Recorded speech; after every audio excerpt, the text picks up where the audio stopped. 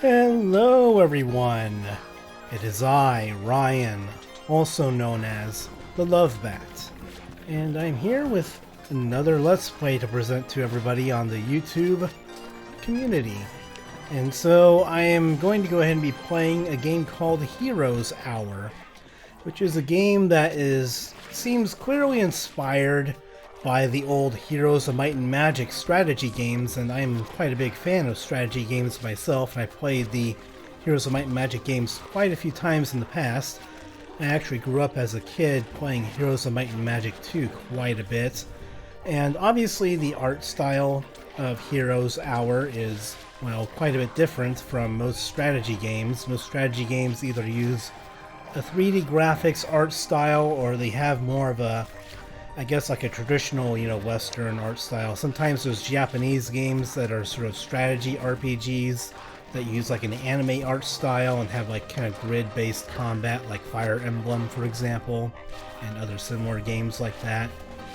But a game like this is definitely inspired by Western strategy games, and Heroes of Might and Magic is arguably the biggest well, I say arguably.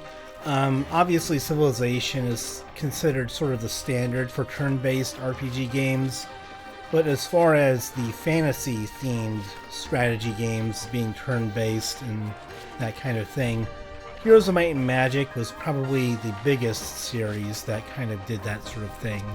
And so that's clearly what this game is inspired by. And it's more of a, as you can tell, more of an 8-bit combined with some 16-bit sort of looking graphic types with, pixel art and animations and things like that. Granted, some of the animations, they do look a bit more stiff than maybe professional sort of pixel art would look like, but I still think it looks pretty good overall. In the game, obviously, the animations are still perfectly great, and the game still seems really fun. I did look up some, Let's Play footage. I found some Let's Play footage of this game from some people that I follow on YouTube, and I found it through that, and I thought, oh, well, this looks like an interesting little game, and I had, no idea about that, and I also found it through Reddit, I believe. Had a post on one of the subreddits I follow for PC games, and so I saw news for that. I'm like, oh, this looks interesting. Then I looked up Let's Play footage, and so it looked like a very interesting game to go ahead and take part of. And since I'm such a big fan of Heroes of Might and Magic games, having played the second game a lot growing up, the third game a little bit growing up, but lots as an adult, I'm going to go ahead and give it a try. The only thing that I've done, just for full disclosure, this isn't like a completely blind Let's Play, because I have seen Let's Play footage of how the game works, and so it's not like a blank slate, and I also understand how this strategy game kind of works from having the plethora of experience of Heroes of Might and Magic 3 and 2 in the distant past. I did one skirmish here just to see how the game would perform as far as performance, frame rate, things like that, just to make sure that the game worked as intended, and gave me a little bit of a chance to tinker around with the audio settings and such. So I think that the sound is good the way that it is. If I need to adjust it, then I will, but I think it should be okay. And also I might change the UI scale a little bit here to be a little bit bigger. I thought that I changed it before when I was tinkering around the settings, but maybe the settings didn't save, I guess. I don't know. Maybe I can turn the music up just ever so slightly. That way you guys have a chance to hear it a little bit, but it's not going to be overpowering my voice in any way, I believe. So here we go. And then maybe slightly more on the battle sounds.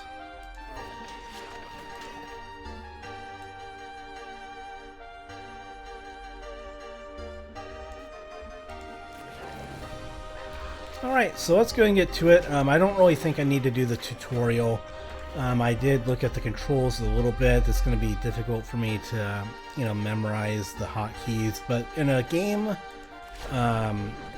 like Heroes of Might and Magic, you could play the majority of the game using only the mouse, and you wouldn't really have to worry about it.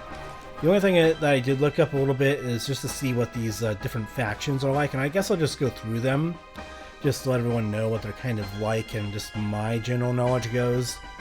You have the Order faction, which is kind of like the sort of castle faction from the Heroes of Might and Magic games, which are essentially the prominent sort of faction in Heroes of Might and Magic 2 and 3, and it's also thematically pretty important in the storyline of those games. Then you have Wild, which is sort of like nature druidic type stuff. So if you want to go and play a nature kind of based faction, and you can get stuff like that. Obviously you have rangers and druids and stuff like that. So lots of nature based stuff with the Wild faction, as well as druids and wardens for the hero types. And then you have priests and generals for the Order type here that I overlooked before. But yeah, you have different hero types as well, similar to Heroes of Might and Magic, which for Heroes of Might and Magic 3, you generally had 2 hero types for each faction that you could choose. One is generally a spellcaster, and then the other one is generally a more martial, physical combat focused hero. Then for Arcane, it's kind of as it sounds, is sort of like the wizard type faction. So you have lots of magical based sort of units and also magical based sort of heroes. So that's kind of the general idea with them. You know, war magic, archmagi, you know, all the kinds of stuff you could imagine with them, and magical based, basically magical based mostly everything, and arcane themed kind of things. So if you play like wizards and things like that, or the Tower faction in Heroes of Might and Magic 3, this is kind of what that is. Decay is basically the undead faction, so it was definitely a prominent sort of faction in the Heroes of Might and Magic games as well, with the necromancy type faction. And so it's a much similar thing here. You know, you have also, you know, very different things like this with necromancy, undead, things of that nature. Obviously skeletons are a pretty prominent part in any bit of a necromancy based faction and undead. And so some of these things will obviously seem familiar. Skeletons, zombies, vampires, and liches, all very prominent in the Heroes of Might and Magic games for the undead faction, and then these sort of bone dragon type things. But yeah, if you like undead stuff, then this is your bag. Then you have Pyre, which is basically much similar to the Inferno faction in Heroes of Might and Magic 3, with lots of hellish, demonic kind of units and theme going on here.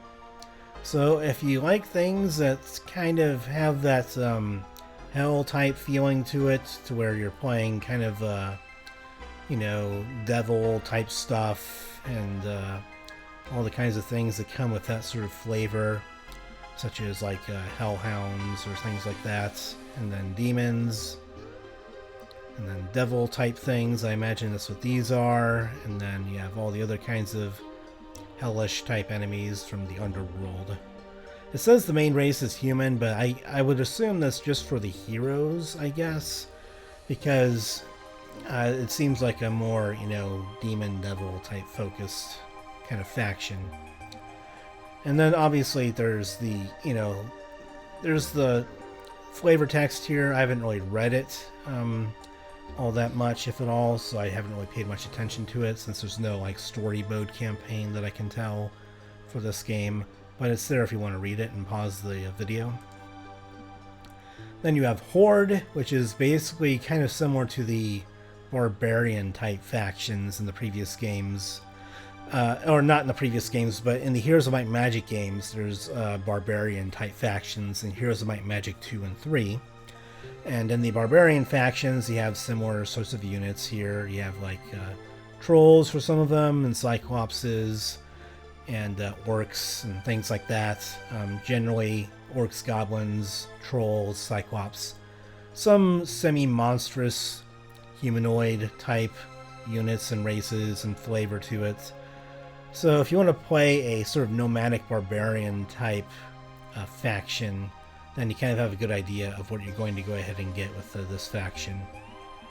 And they're generally, for their martial barbarian type heroes and stuff, they tend to be very offensive focused, similar to the Heroes of Might and Magic games. So that's might be something for some people as well. Then you have the Enclave, which is sort of like a Lizardman type faction, and if you've watched my Blood Bowl 2 Let's Play of the Lizardmen team that I've been running, then obviously if you're a fan of the Lizardmen and you've been watching that Blood Bowl 2 Let's Play, then this might be your faction for this game, because you have lots of lizard folk type themes for this kind of faction. Lots of lizard dudes and different things like that, so could be an interesting faction for that. And obviously the main race is lizard folk, so that every kind of fantasy setting has like a different name for lizard men and things like that, so it's just same flavor, different name basically. Lament, and so for Lament, as far as I can tell, and I guess what some other Let's Players have commented on, is that this is sort of like a Lovecraftian type faction where lots of the creatures that you can get into your armies, they're generally creatures that would appear in sort of Lovecraftian style stories and novels and, you know, lore, things like that. So you get lots of otherworldly type of creatures for this sort of faction that you can get to your side and use. You know, for example, you have like Beholders, or at least what looks like Beholders from like Dungeons and Dragons kind of thing. And then you have Gorgons, which I think are, you know, kind of like Medusas, I believe. And then you have like Hydra things down here. Lots of different otherworldly type of creatures that are in this faction. Then you have the Tide faction, and this is, I guess, it's kind of hard for me to describe this faction, but I would guess that it's sort of like, I mean, I guess it's kind of describes it right here in the history, but it's sort of like a sort of water coastal type faction, I guess I would say.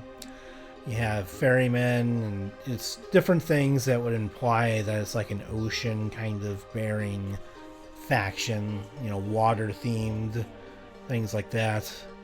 So if you want to go and play sort of, well, it's not really a pirate faction, but it's the most oceanic faction that you can get in the game from what I can tell. So if you want to play something kind of like that, more an aquatic faction, as you see there from the abilities. If you want to play a more aquatic faction that isn't lizardmen, which are more kind of like amphibians for the lizardmen, then this might be your sort of faction to go for if you like that kind of theme. Or if you just like the units as well, or if you like to play with a Phoenix or some of these interesting units, then again, might be a faction for you. Then Earthen, this is basically, as you can tell right here with the main race, this is the Dwarven faction. And anyone who knows anything about dwarves, you know that they're generally pretty sturdy and pretty hardy, and they can pack a wallop and very physically oriented. So if you want to go ahead and play the Dwarven kind of faction, and go ahead and send dwarves all around and you know, conquer evil, whatever you want to do, however you want to theme it, then if you want to play some dwarves, this is a good faction for you.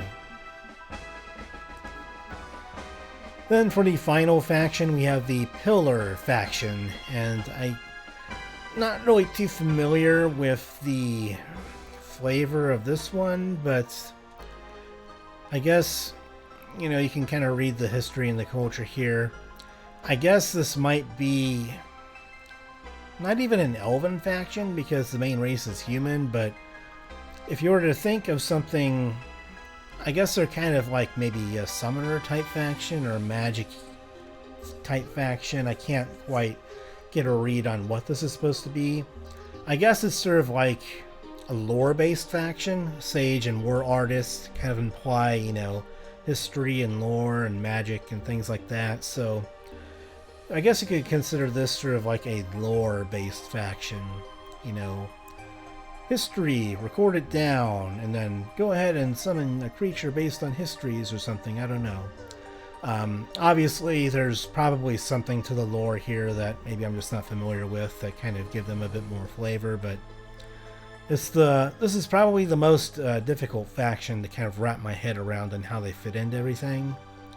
But they seem to have like lots of folklore type things. Like you have these pandas here, which I guess are in some bits of Asian folklore from my understanding. And then you have some of these otherworldly spirit type creatures, which I think are also in some bits of Asian culture out there as well, for like spirit animals or different things of that nature, and different lots of ancient folklore. I think for Asian cultures have like spirit type creatures as part of that, at least as far as my knowledge goes, and it's a limited knowledge to be fair, but that's as best I can think of it for this faction. And then you have other tabs here where you can look through things like the different creatures that aren't a part of any faction, which Heroes of Might and Magic 2 and 3 had some creatures like that, but not many. But usually you would encounter these creatures as wandering creature stacks on the the main map of the game where you can fight them, but you don't usually recruit them.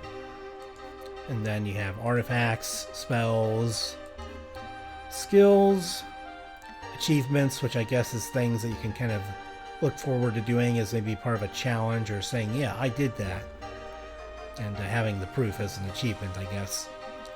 And then you have adventure buildings. I guess these are things you can find in the world map, and you can achieve different things with them or gain different bonuses or resources with those. And then this is like a world map of the game universe, I suppose. And you hover over different areas or sort of landmarks and castles, and you can get different descriptions. But yeah, this is the world map, I guess, if you want to read any lore-based stuff with some of the different factions. Then you can look through that and get a feel for the game world if you desire. Alright, now that I've gone through the background of the game and kind of what it's all about and the different factions, let's finally start a new game here, and I'm going to go for the Order faction that we went through there before. And you can make custom maps here.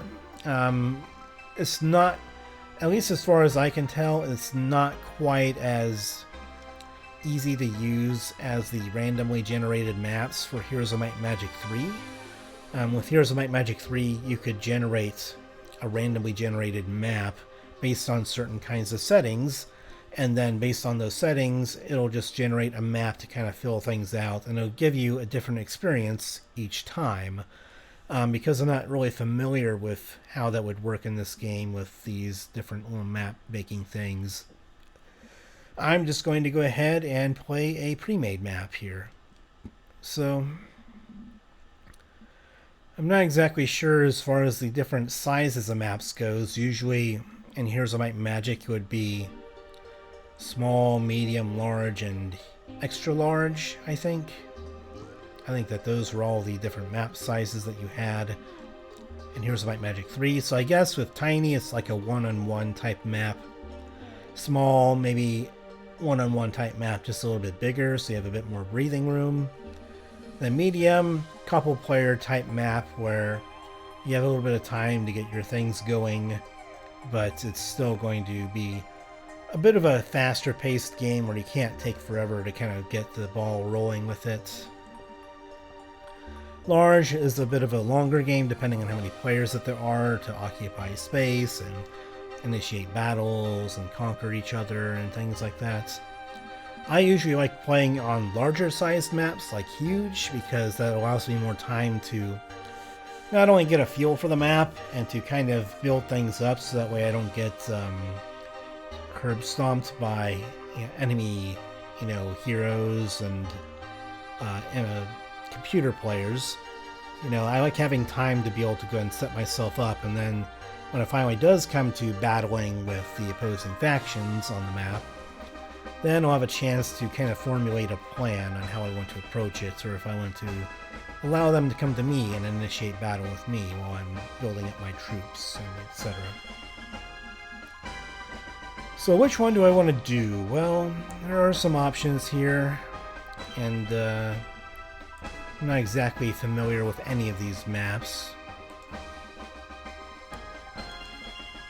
Because usually in Heroes of Might and Magic 3, I didn't play too many of the pre-generated maps. I usually went with either a randomly generated one, or I would go ahead and play like one of the campaigns. But since this doesn't have like a single-player campaign, it's all about playing the maps for now.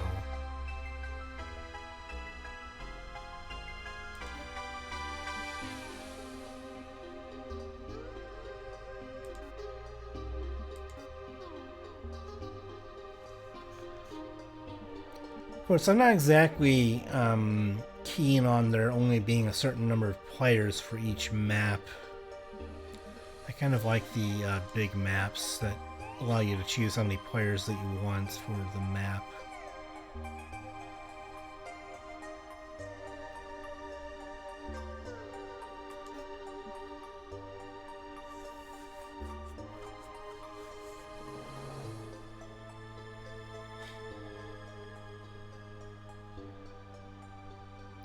So I guess the little circles here, it indicates how many towns in total are on the map. And so the more towns there are, that means the more of these little castle things show up, and then the colored ones indicate a player-owned town at the start of the game.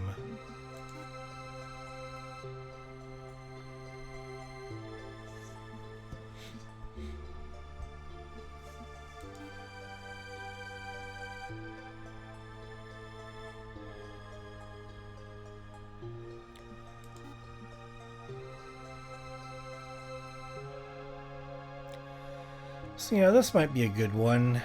Just a big map and a bunch of players, so might as well go with this one. And I'm not exactly sure what the difficulty affects.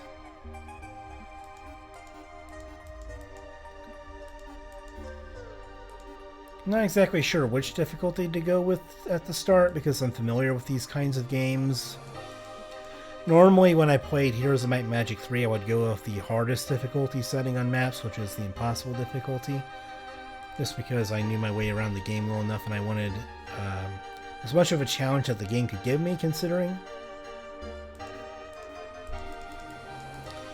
And I guess, I don't know if there's online multiplayer with this game yet. It would certainly be nice if there was online multiplayer to play with other people and kind of test our mettle against each other.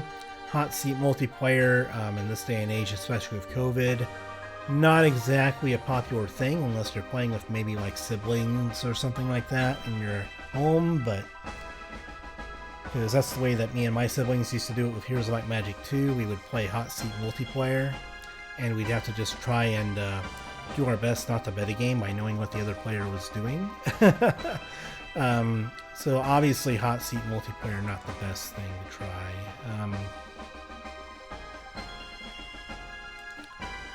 Let's go to advanced settings here.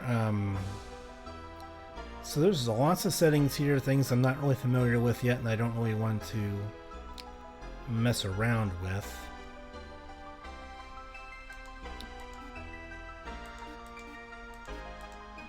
I guess this is like how all the this is how developed all the towns start off, I imagine. So if you wanted to go ahead and have everyone start off with all their buildings and just have a slugfest, then I imagine you could do that if you really wanted to, with a higher starting point with your buildings or your town.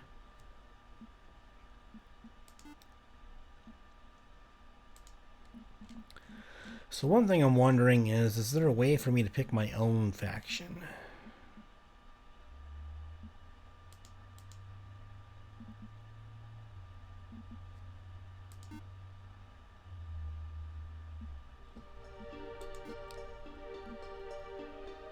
Okay, and then it gives me a choice of heroes here. So I've looked through the order heroes just a little bit. It's kind of disappointing that there's only 3 for each type of hero.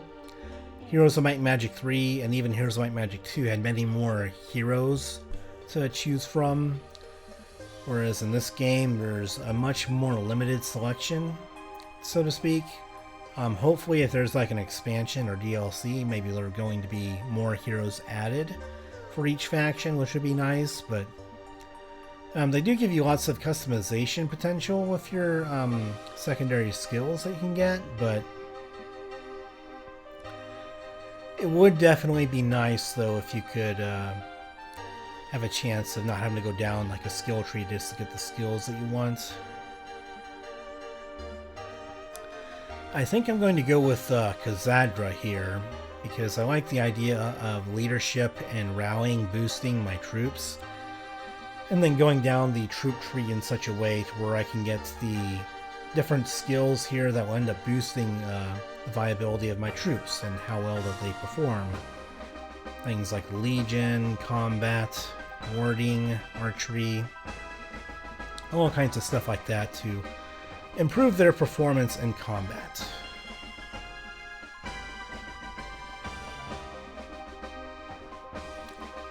And then I'll choose green for my color.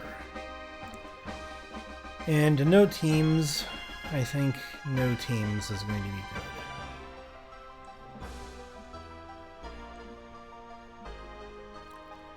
And then let's go and start the game with randomized opponents.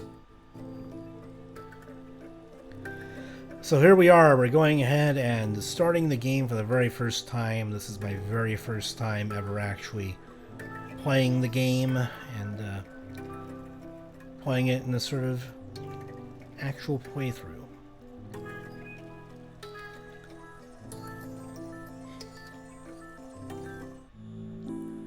So I guess maybe generating, I don't know, maybe generating the map is somewhat randomized based on how it was doing things, but so maybe there is a little bit of randomization there that I'm not familiar with.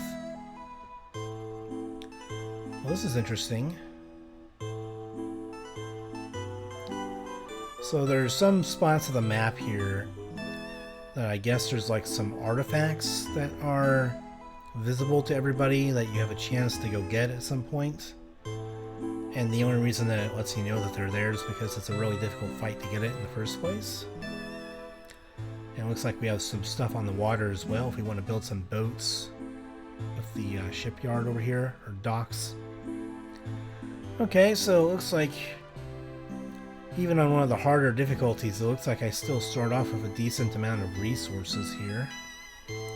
Maybe it makes combat difficulty harder, and maybe my units take more damage, or I have no idea how the difficulty settings work for the game.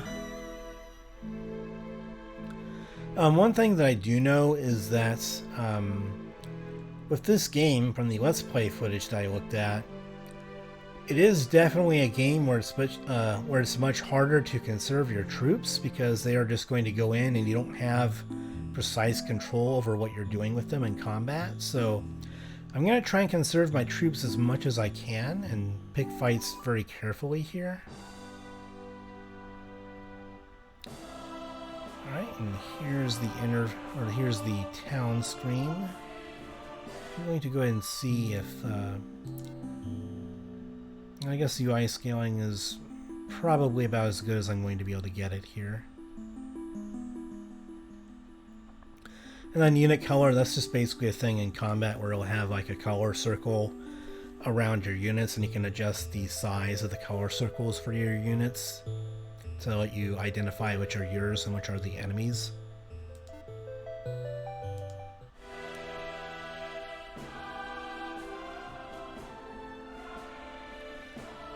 Alright, so it's kind of hard to get a beat on the town screen here, mainly just because compared to, like, say, Heroes of Might and Magic 3 or even Heroes of Might and Magic 2, it's a lot harder to differentiate the buildings here and what constitutes a building, because it's all very similar pixel art style, and usually you just want to go to something like this. Like, you'd want to just click on something like that to go ahead and build, and I guess you have to go over here to go ahead and build.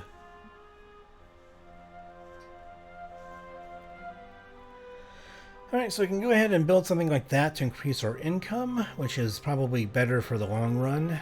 And we can buy buildings to give ourselves some more troops, I imagine. And to give ourselves better troops as well.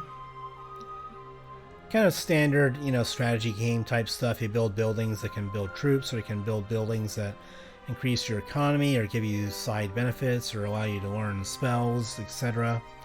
You know, standard fantasy stuff, but seems like it's well done in this game, even if the interface of the town management could be improved. Because it's in a two-dimensional style, so it's kind of hard to differentiate the buildings at first, and kind of wondering, you know, why all this stuff is kind of spread out the way that it is.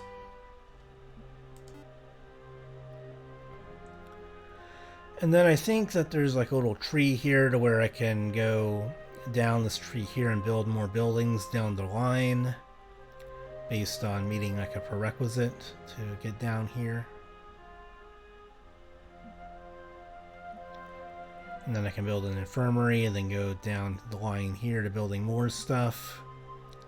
So I guess I would need a hospital to be able to build the Griffin Tower here. And then I need the fort, stronghold, cathedral for cavalry and crusaders.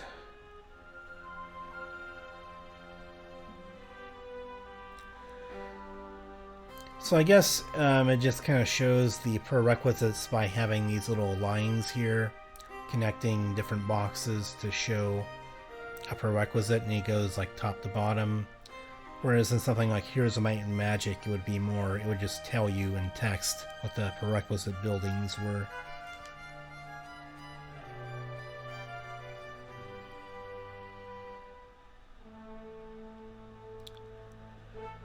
So yeah, I don't... And then you have the tavern, which allows you to... I guess we already have the tavern though, it's in red, so I imagine that we already have it. Oh, never mind.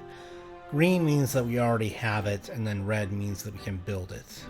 And then I guess the gray here means that we can upgrade a building that we already have.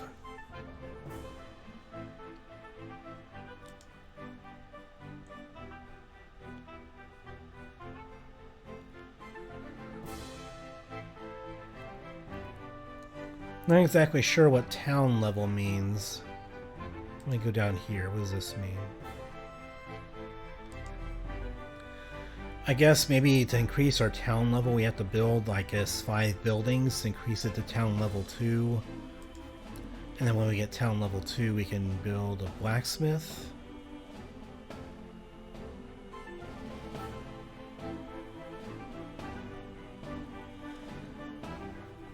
And then I guess once we get a town level 2 and a blacksmith, and we can get center of the order to increase our income.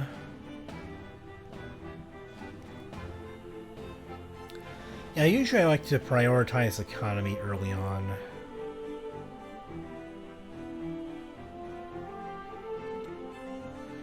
So because having heroes to start off is usually a good idea, I'm going to go ahead and build a tavern here.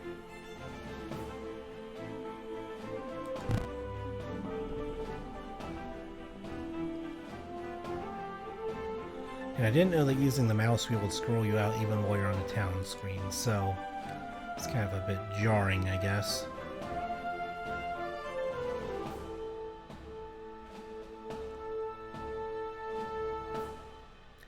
And so I guess building the tavern unlocks the champion statue here. Improves the tavern. Alright, so it gives you access to 2 heroes instead of 1. Usually the tavern in Heroes of Might Magic games would... In Heroes of Might Magic games, the tavern would generally give you access to 2 heroes that you can hire each week. And then it would reset at the start of each week, giving you 2 other heroes. And it would kind of slot heroes in and out each week that you could recruit.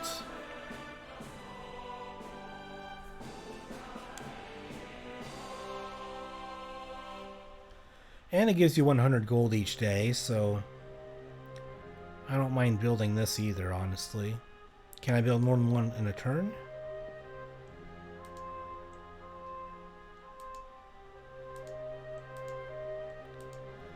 I assume that you can only build one building each day, which is, in a sense, that's a turn. And the town level did go up, or not go up, but it filled in 1 out of 5 here. So I guess we need to build 5 buildings, and then we can end up increasing our town level and get the blacksmith there.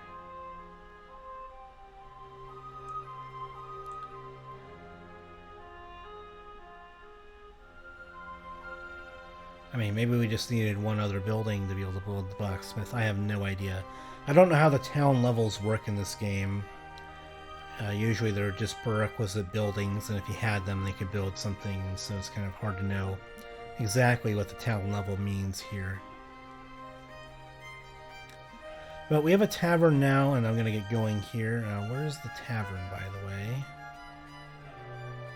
It's over champion. Did I already build a champion statue? No, I didn't.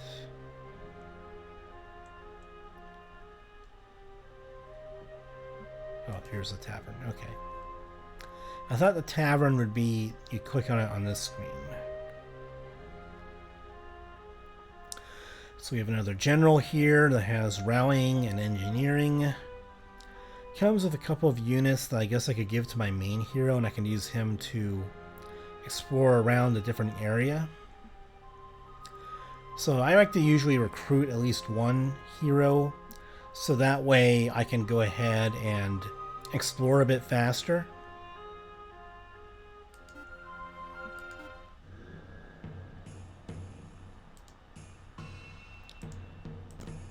Because having 2 heroes exploring is usually better than one. So let's go ahead and give the marksman over to him.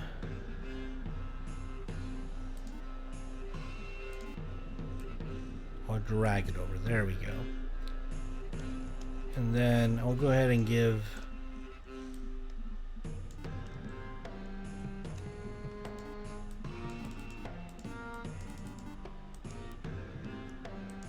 I don't want to give all of the militia over. How do I go ahead and give them only a small number of militia?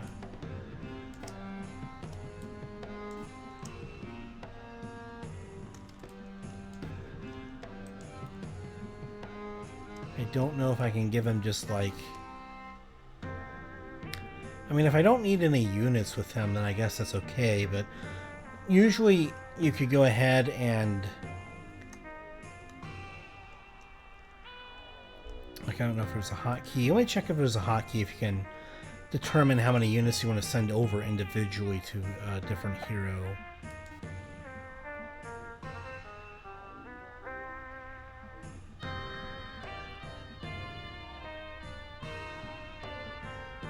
V. Okay. So I guess V is the hotkey that I can use to transfer some units.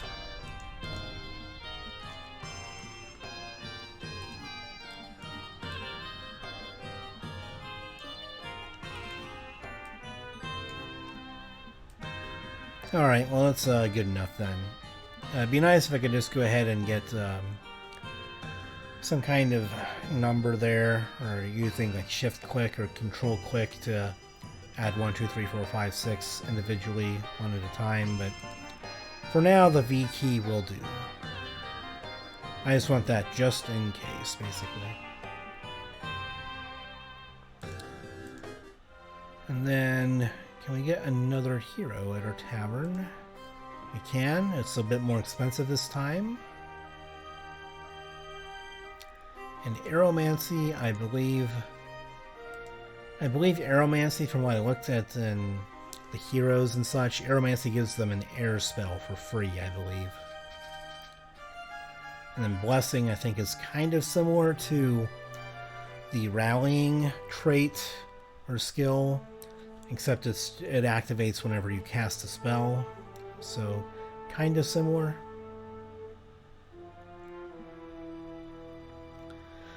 And I'll go ahead and get this hero as well. It gives me some extra troops to work with, and again, more exploring and scouting and grabbing stuff on the map is helpful. And I think we'll just stick with that for now.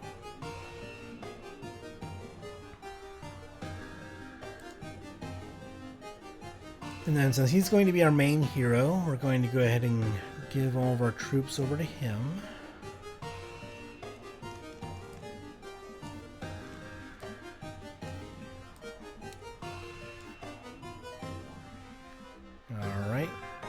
So now if we need to fight anything, our main hero can go ahead and do the fighting while the other heroes kind of do a bit of exploring here. And so you have different ways to get resources on the map here. If you hover over it, then it will tell you what resource it is. Or something like a campfire will give you gold and a little side benefit there. And then there might be things in the water that you can find that can give you resources or gold, or maybe an item like an artifact of some kind in some rare cases, from what I remember of Heroes of Might Magic 3 and 2. And so you find resources on the map, different buildings on the map that give you resources per each turn, essentially, which is basically a day is one turn. And then you have weeks here. So each week you'll be able to go ahead and recruit either new heroes at the start of a new week, or you'll end up being able to go and recruit and hire more units for your armies, from your military buildings and such.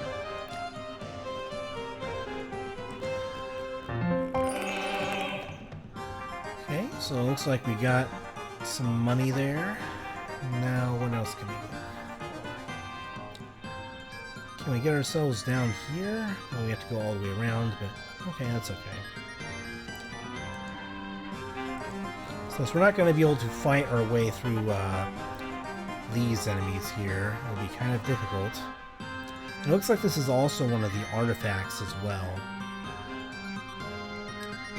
Or one of these little artifact items that's being shown on the map. One of them is right next to our castle here, so it makes it a bit easier to get later on in the game once we finally have the units to contest that.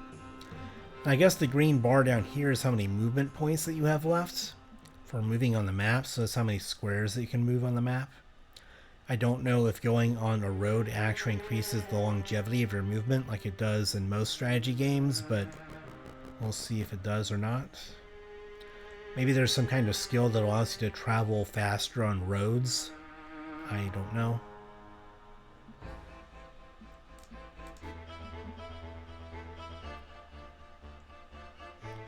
And yeah, one other thing that I think I would have liked from this game that maybe is maybe a pet peeve, or maybe just like a constructive criticism I would make, is that I would hope that they could do it like Baldur's Gate style with the portraits.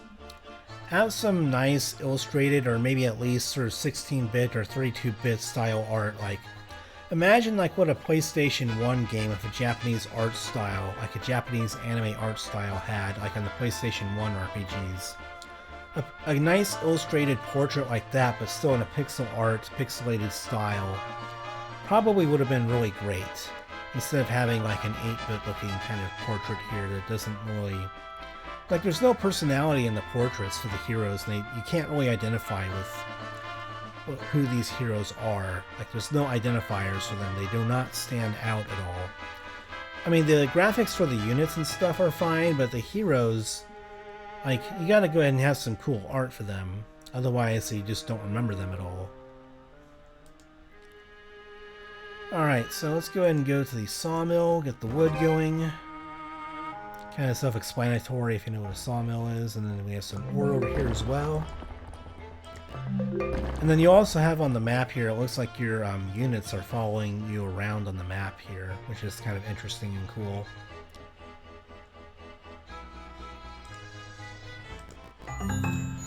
We have some resources over here.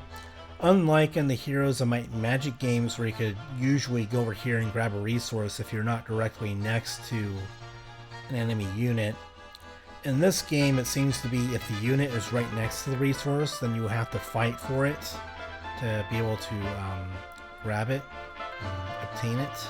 So that's something that we're going to have to keep in mind going forward.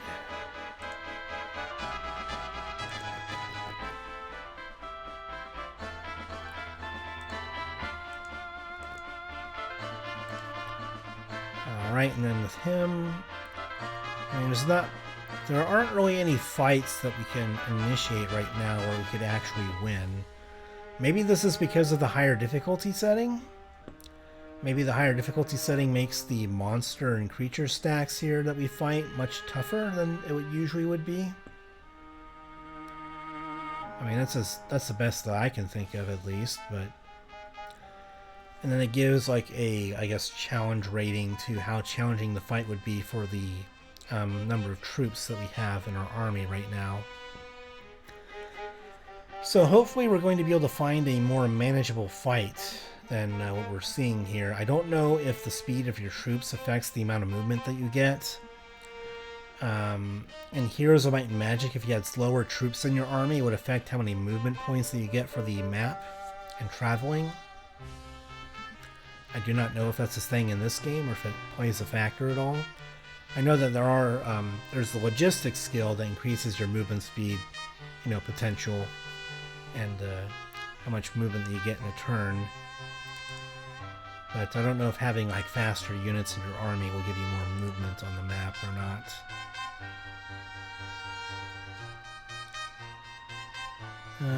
I need to find, basically what I need to do is I need to find a more manageable fight.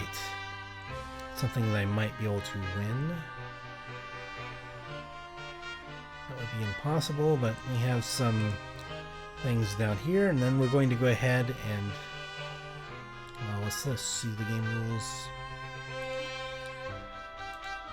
So I guess if you go to obelisks, which are these tall building stone type things, it'll give you clues to go ahead and find buried treasure, which is usually like artifacts, magic items, and things like that as far as my knowledge goes. In Heroes of Might and Magic 2 and 3, you would also be able to find obelisks, which would help you eventually get an idea of the location of the legendary artifact that would be hidden on the map, which you would be able to end up digging up at some point if you had enough of an idea of where it was. In this game, I imagine that the buried treasure is not quite as strong and not as sort of game-changing as those things would be. But it's probably just like magic items, or maybe some kind of, maybe just a bunch of resources. I'm not quite sure.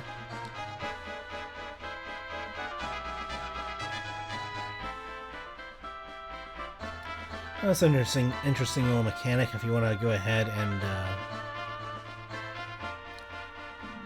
I guess you can go ahead and post like a hero that's sort of like a sentry. Like maybe close to a mine if you want to protect it.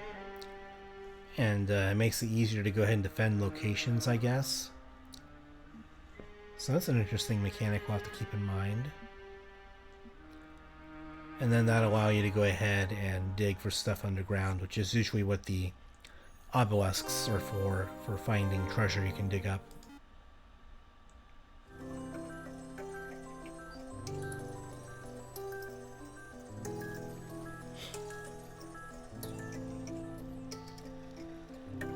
I will admit the music jingles on the game are actually pretty nice.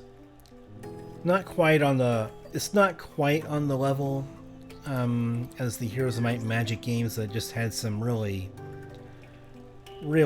classic, sort of great music, wonderful music in that game that was just really good.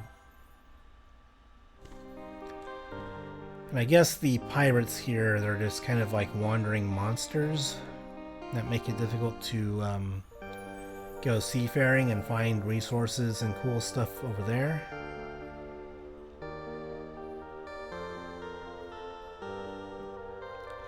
Hopefully I get familiar enough with these monsters to where I'll know how tough the fights are and how tough the units are. I guess there's also neutral armies out here as well that you can just kind of, you leave them alone, they leave you alone kind of thing, I imagine.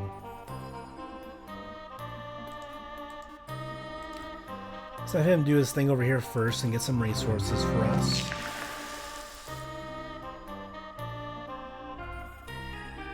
Yeah, lots of these fights seem pretty difficult for us so far.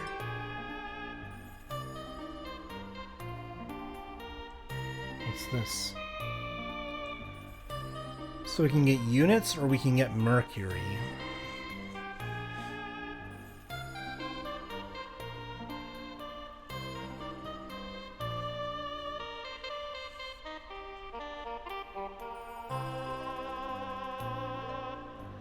That's interesting. We can get two Midas things. I don't know if this is...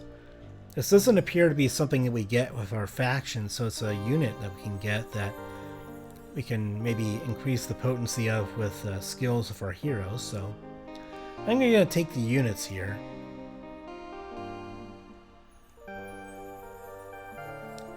Now obviously we need to get it back to our main hero so that way we can make proper use of them, but for now I'd rather have them than not have them.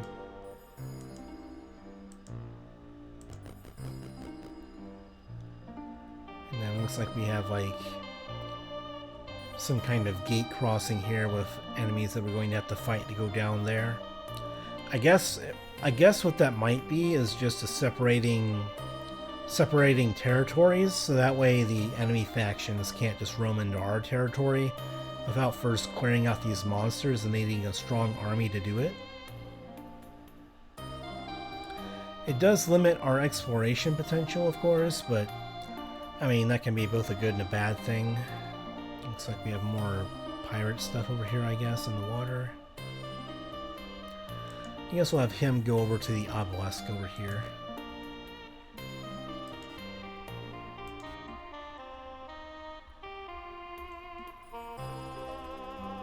And then since our main hero is going over that way, we'll have you go over here to the north.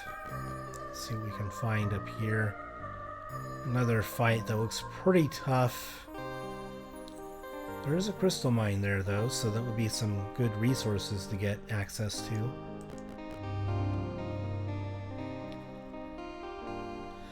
As you touch the stone, a vision shows itself to you. Unclear as it is, you know it leads to treasure. Other obelisks and obelisk pieces will make the vision clearer. So graphics-wise, this is actually pretty interesting. It's kind of like a, you know, blurry, muddy sort of vision-looking thing, like when you're sleeping or something like that. You can kind of only barely make out stuff in a dream or stuff like that. Or if your vision is just kind of hazy when you wake up or something like that. I kind of like the graphics here. It's pretty cool. And I guess the image is going to come together much more and be less blurry and shifted once you gather up more obelisk things, so...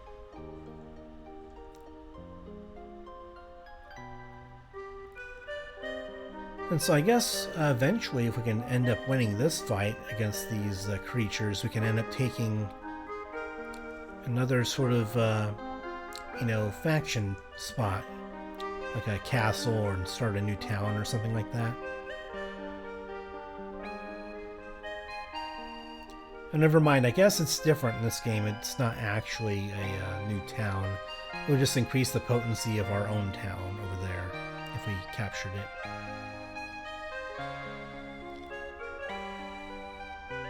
Okay, that's interesting. So it's kind of more like an outpost kind of area that kind of connects to your main town.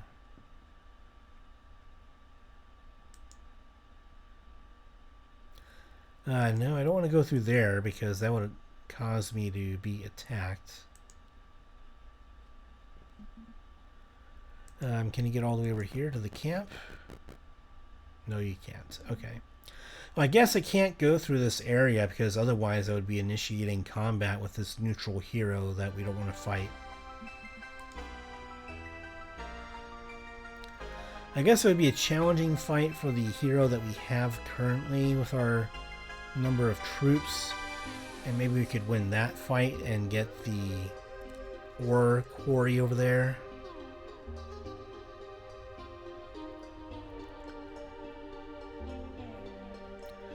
Maybe once I go ahead and get the troops from over here, then I can end up getting some money by turning the enemies to gold. So let's go over here first and gather up all these resources, and then we'll get some more troops, and then we'll start initiating some fights, since we're pretty confident that our archer type troops will be able to pick them off before they can do much to us.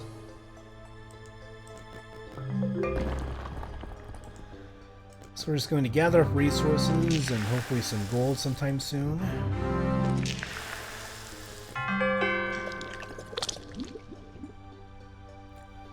And we got some Mercury, crystal, sulfur, wood, ore, and gold. There are a couple of resources missing that were in the Heroes of Might and Magic games that are not here, such as gems.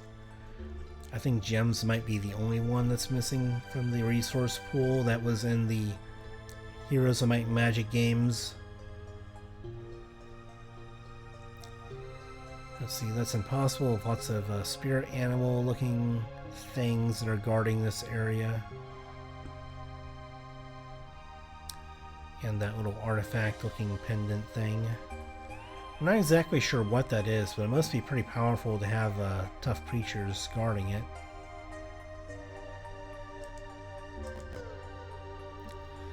And then, before ending our turn, we want to go to our town and see what we can build.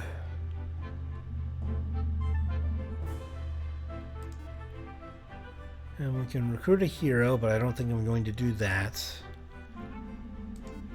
I think 3 is enough for now, and we have a good number of troops that we've gotten from our heroes being recruited. The champion statue would allow us to recruit 2 instead of 1 each week, or have access to recruiting 2 and having a choice between them, and giving us more gold each day. This will allow us to get swordsmen and strong arm people. Counting house could be good.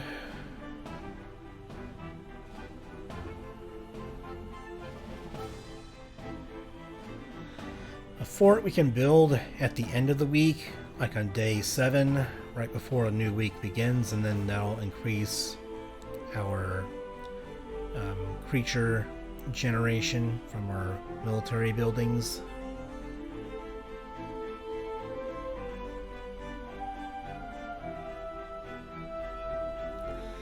So this would give our troops more longevity, which is pretty good if we wanted to go ahead and get this a little bit later once we start initiating some fights. So that way we get our troops back, which would be pretty helpful. Saves you money and troops.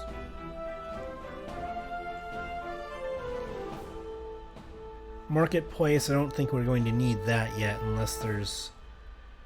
I doubt that there's any kind of prerequisite, but down the line it's usually good to have it. So that way if you need like a resource for an important building, then you can get it early if you need to.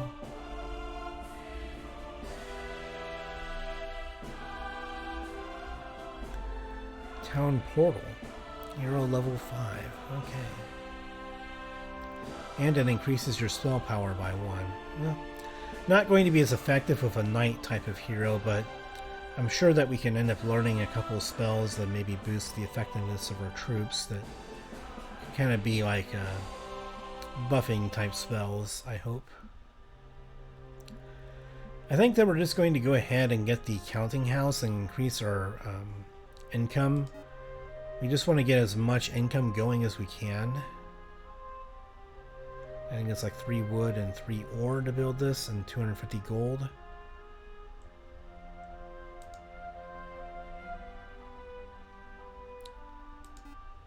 Did we build it yet? Can I build it? I don't know. I'm not sure if I built it yet. It's kind of hard to know if it's actually being built.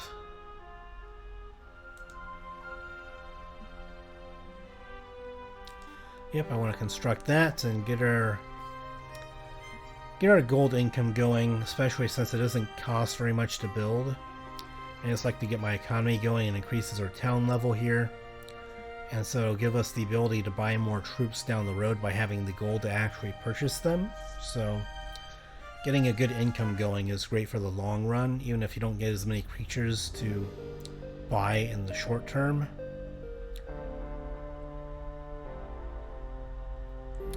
Well, that's interesting that those things popped up, so now we can have this hero go over and grab these 2 things before heading back over. I don't believe those were there before, so maybe we can have her backtrack a bit to go up there and get that one up there. Now it looks like we have a whirlpool type thing over here. Alright, let's go ahead and end our second turn here. Pretty successful. We got lots of resources going. We got our counting house. We have a pretty decent income here. We have some troops of our main army where we could take a fight if we had to. Having good low-level ranged units, I think, is a pretty good thing to have in a faction.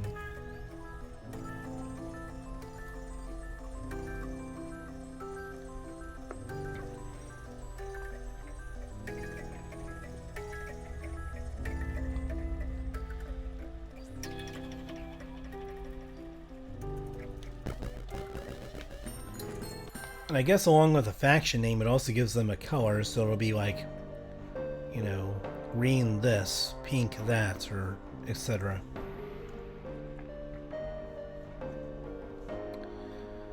Okay, so with you, I think, can you get up there in this turn? One movement short. Well, okay, we'll have you backtrack anyway, I guess, because there's not much else that you're going to be able to do, and we're going to have him come to give the units for our main hero.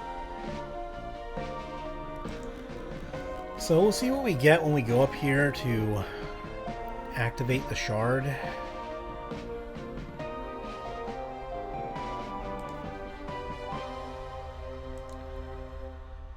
Let's have you go up here and take care of this. The same vision appears, but it seems to have become slightly more clear now. A few more pieces, and you will find the treasure. Okay then. Let's go and get this piece then and see what we get here. Okay, and it's becoming even more clear now, I guess, where things are kind of condensing together a bit more, to where maybe there's a better idea of where it could be.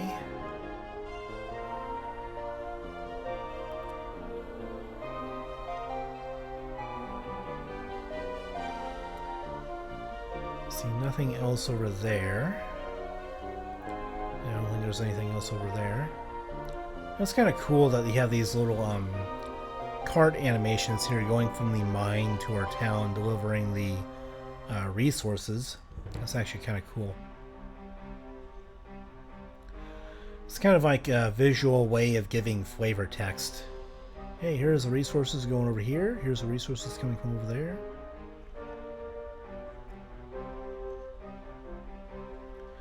We've already visited that one. We have not visited that one yet, though, so we'll go down there and get to that one.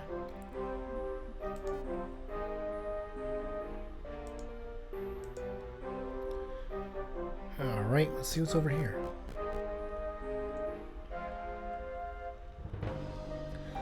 So I guess we can go explore up here eventually and also explore down over here. Looks like another gate. So it's kind of separating the territories here.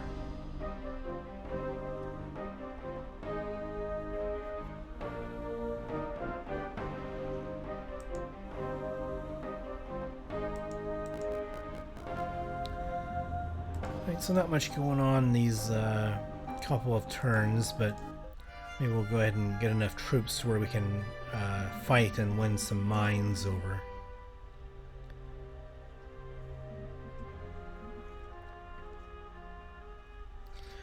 Marksman could be useful, but I think getting the blacksmith could be useful so that way we can increase our income as soon as possible.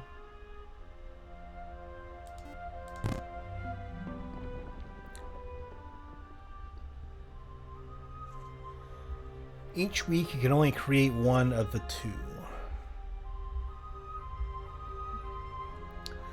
Well, I like the idea of swordsmen, a sort of a defensive unit that, you know, they're not going to go in very fast, but if you send them in first, then they can kind of take the heat off of your other creatures in your army.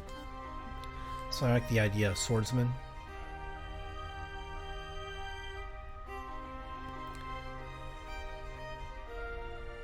And then eventually, if we upgrade the blacksmith, we can get paragons here, which seem like a very strong defensive unit.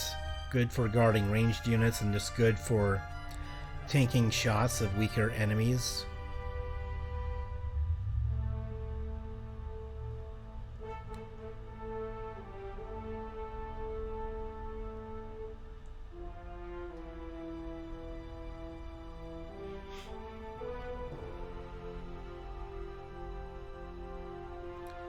Yeah, that's interesting. We can get that at some point, I hope. Now increase movement speed. So more movement speed, always good. Increasing income, always good. And making use of creatures that maybe you find out there that maybe don't fit what you're trying to do with your main army. You can just make use of the wandering creatures that you can find somewhere.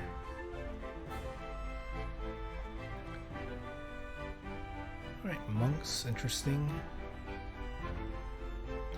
It's also interesting that you have to pick between creatures for some of your dwellings. Usually you just have an individual dwelling for a creature to recruit them. But I guess in this game they overlap a bit where you have to choose between two of them and have their different advantages and disadvantages between them. So like I imagine here, if you wanted a more mobile unit, you'd go for cavalry type stuff, and then if you wanted a more durable type unit, you'd go for the Crusader. So like if you're dealing with ranged units, or if you want to attack a wandering creature stack of ranged units, the cavalry might be better for that because they can charge in faster.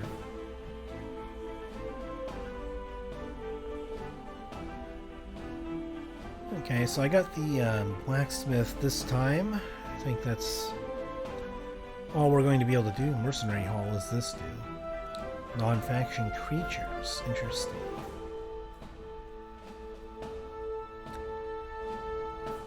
That's very interesting. Alright. I can also go and get the champion statue next as well after getting the center of order. Or maybe I can get the champion statue first because I think we need a higher town level for that. So that way we can increase our income.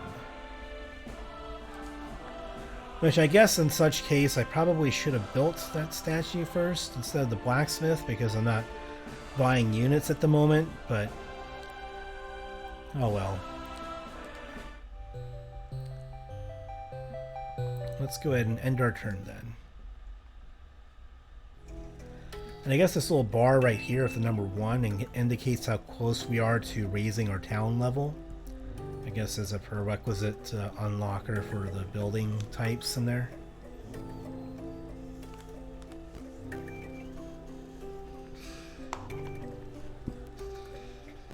Just adjusting myself on the couch here. And it looks like there's a different faction going on over there. Not sure if they start off with a super high amount of stuff from the higher difficulty setting, but we shall see. Alright, let's get this green obelisk shard.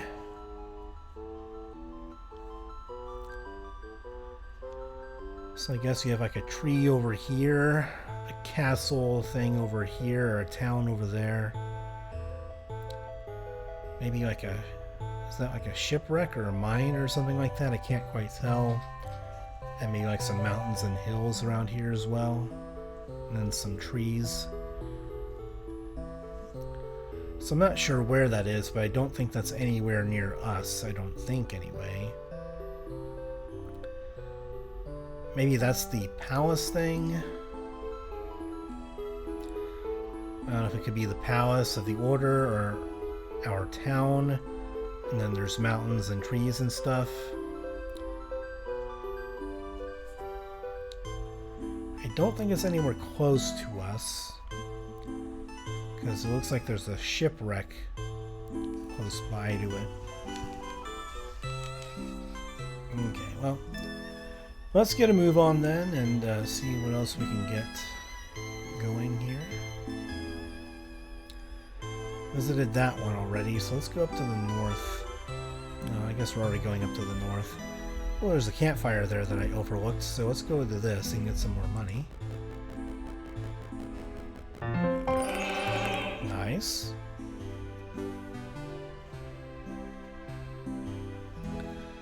And then anything else around here that we can pick up?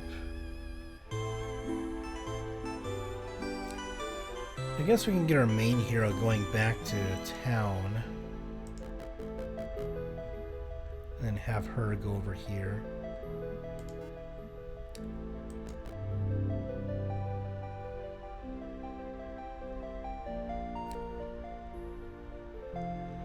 Alright, so now we have a good idea of where the treasure is. And you know what? That might actually be... yeah, it's probably right over here.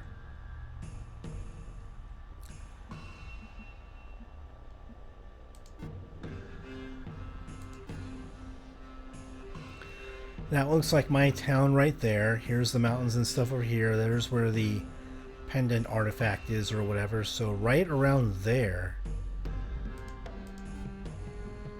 Somewhere right around here. And I might be able to access that as well. I mean, I can get there.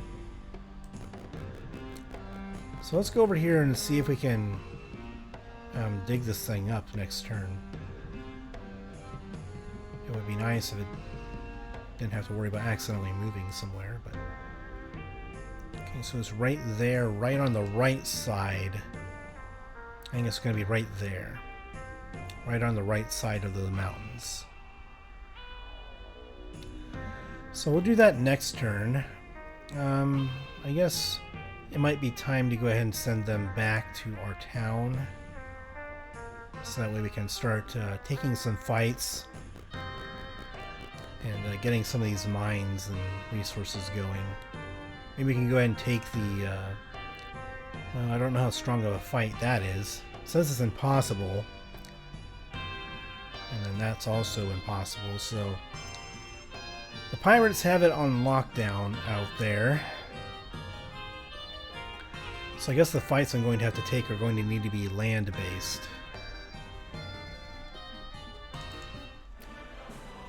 Alright, well, let's see what we get going in here, and let's go ahead and get the champion statue to increase our income.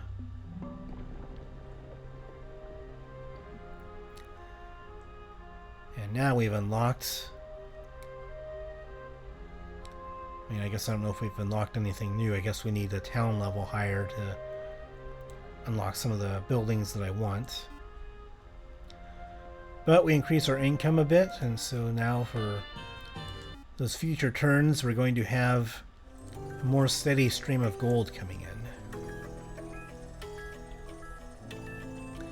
Helps you to get a good steady stream of buildings purchased, as well as being able to get units as well.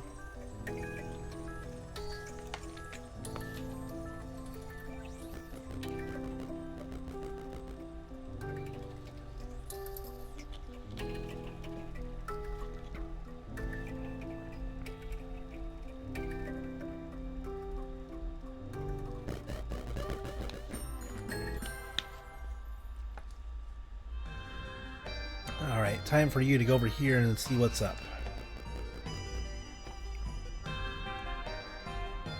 I guess we'll go ahead and grab the wood first and then get the gold.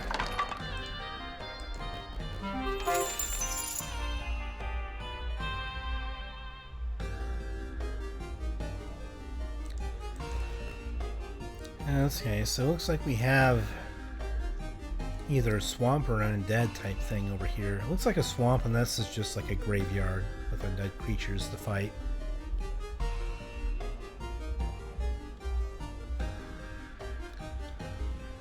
Looks like we have some tough creatures over there as well. I guess it applies in the other territories that the other opponents might be in.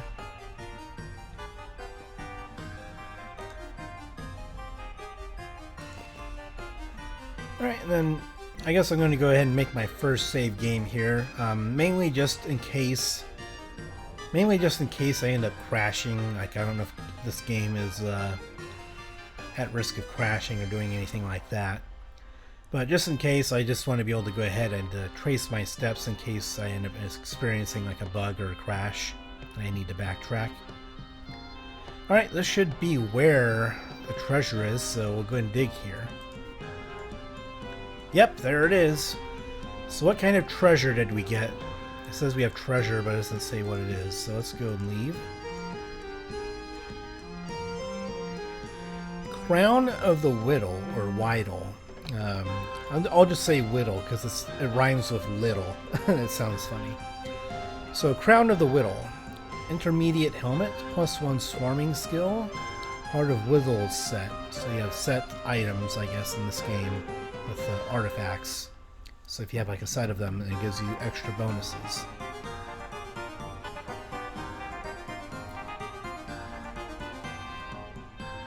So this would be pretty good for a caster type hero like a cleric, because it gives you bonuses when you cast spells.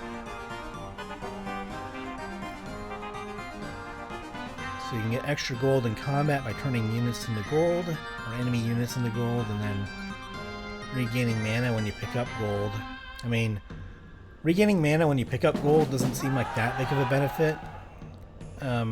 Mainly because, like, if gold piles don't replenish on the map, then later on you're not going to have many gold piles to pick up and replenish your mana. So maybe that's just me, but, you know, it's just my thing. Whittle Guard. Okay, so this is another part of the set, I guess, that we get here. Gives you more spell power. Again, very good with a spell casting hero. So let's pick that up as well. I mean, it might still be good for our knight type hero as well.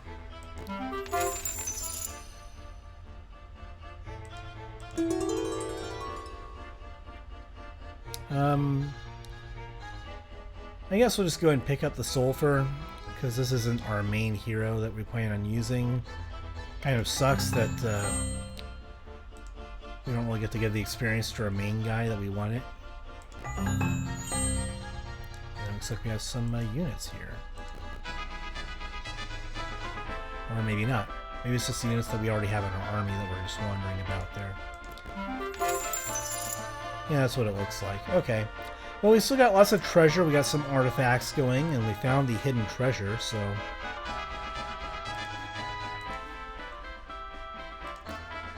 So I would guess that this is just for our territory, and then maybe in other territories you can find other hidden treasures over there. And I guess that's just the bestiary and information of all the stuff in the game if you want to take a look at it. Alright, so let's go ahead and get you over here then. And then let's go ahead and get you talking with him and getting the artifacts in his possession, as well as the units.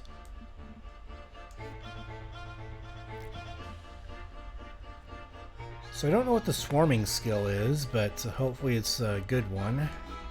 In fact, I can go ahead and take a quick look at it over here.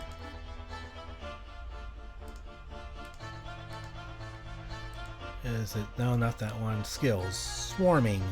Looks like it's alphabetical here. What's the swarming skill do? Okay, so you can create duplicates of some of your creatures. And so you get diminishing returns if you try and duplicate stronger creatures, I guess. So it's good for swarms of weaker creatures to try and duplicate them. I don't know if that's for each individual combat, or if it's when you gain the skill, or if it is each turn. I have no idea, or if it's just in each... I imagine it's for each individual combat, otherwise it might be too overpowered to generate creatures each turn. But I imagine for each individual combat you have a chance per rank to be able to duplicate creatures in your army, so... Okay, well, I mean, that's not bad, because we have lots of lower level creatures in our army right now that we would be able to duplicate, so... And they would get better in multiples for sure, so...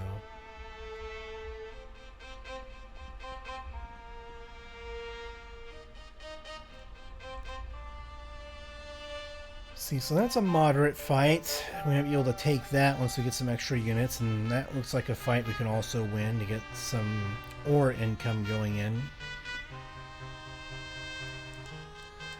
So let's just get you over here and let's see what we can build. Getting the Hostler would be quite nice. once we get our town level up.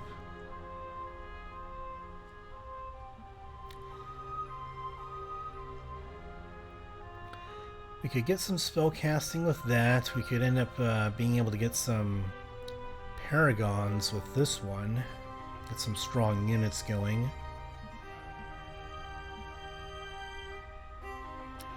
We could get the armory so we can get marksmen.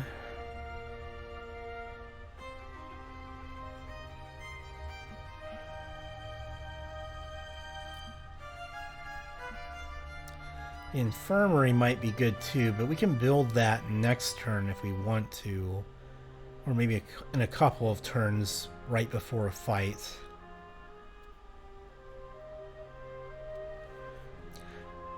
I don't know, if we get an upgraded blacksmith, we may not need the infirmary yet because the paragons seem like they're pretty tough units to kill. And if we just put them in the front, then they can tank while our marksmen just shoot away. I think we're going to go with the upgraded blacksmith. I don't know if that increases our town level or not, but I guess I'll find out the hard way. Alright, I guess it does increase our town level. And then we get a side benefit to increasing our town level.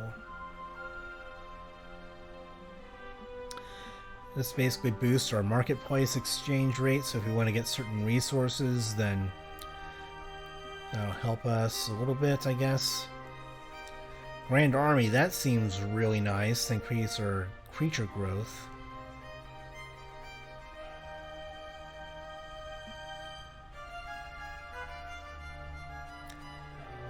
And then +2 knowledge to all of our heroes. That would be good for spellcasting if we wanted a spellcasting main hero.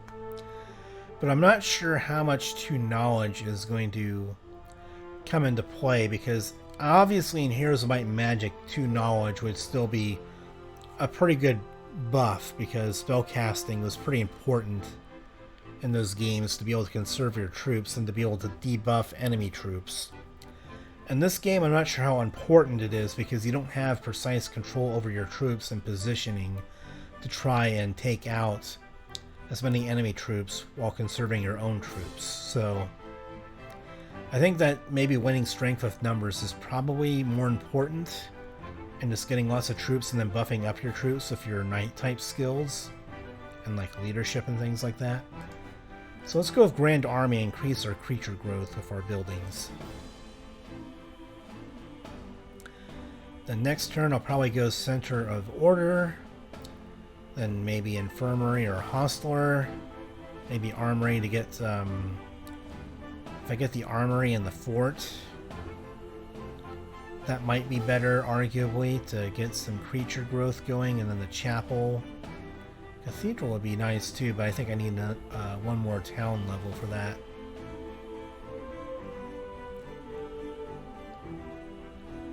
So if we get a fort, stronghold, and an armory, that could be interesting.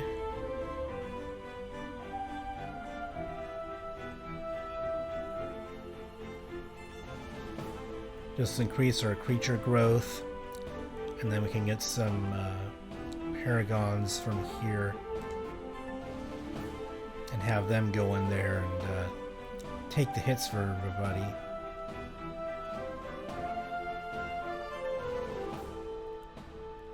Yeah, let's go ahead and have the paragons get in there.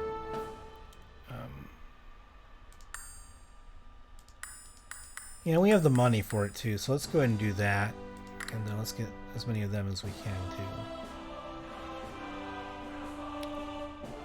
I think that our paragons, they seem tough enough. They're not very fast, but they get protection from attacks. So I imagine they're going to be very difficult to kill. And because of that, I don't think that we need our infirmary yet to protect them. As long as we have our marksmen to shoot at people, then we should be good. And then these guys, they can turn enemy units into gold, so getting them going in behind the paragons and then finishing enemies off and turning them to gold could be interesting.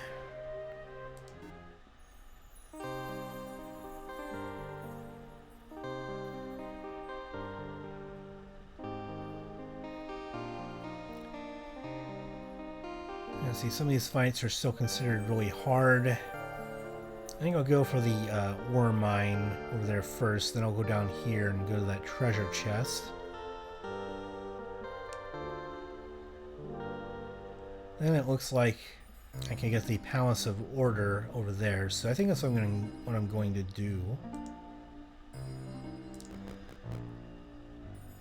Let's get things going, and I can have him maybe drop off some marksmen to him next turn. Usually what you might do in the Heroes of Might and Magic games is you just have like an assembly line of heroes that you can go ahead and transport troops to. So that way you can more easily get troops to your main hero without having to have your main hero travel all the way back to town. Now obviously if you had like the town portal spell, then that could make travel much faster. To go back to town easily and then go back out and explore, but at least in the Heroes of Might and Magic games, you'd have to be very well versed in earth magic to be able to use town portal effectively. So, and what's this? I guess it's nothing.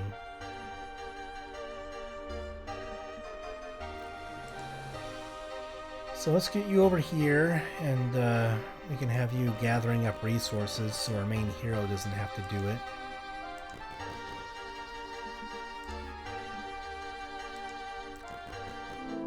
Let's get you over here, and then let's see what we can build.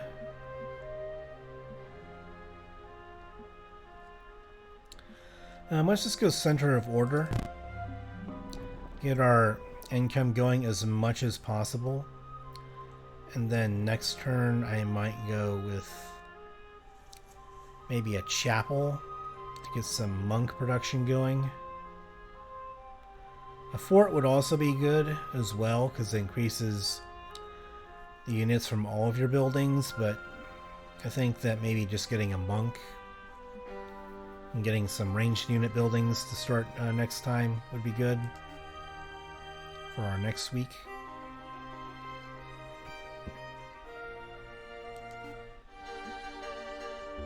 I guess we can have him also going here and moving in.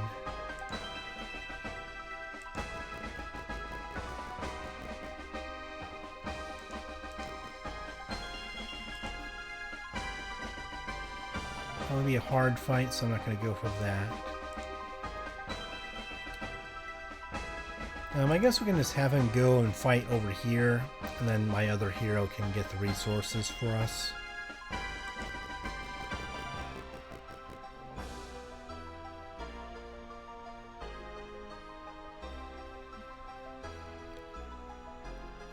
I don't know what skip to outcome would do or if we would lose troops, so I'm just going to control the battle since this is my first actual battle of gameplay here. So quick strike's probably not going to be too effective against my paragons that have a very good defense. Good defense and hit points, so I imagine probably not going to be effective against them. Let's see, they're flying and fast, so if I can get my paragons... It'd be nice if my mouse didn't cause the screen to shift all the way over there. I'd rather use like the WASD keys to do that, like this. So let's get the paragons over here in front. Militias, you can stay back here.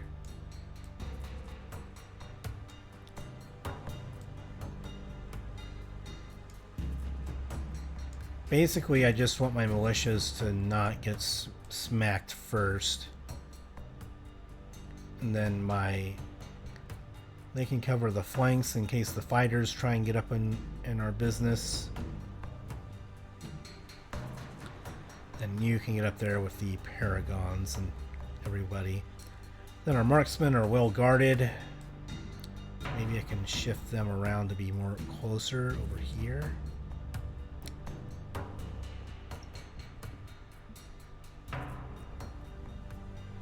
I wish that I could start them closer to each other in the battle, because I don't want the militia going in there. I just want them to guard my marksmen.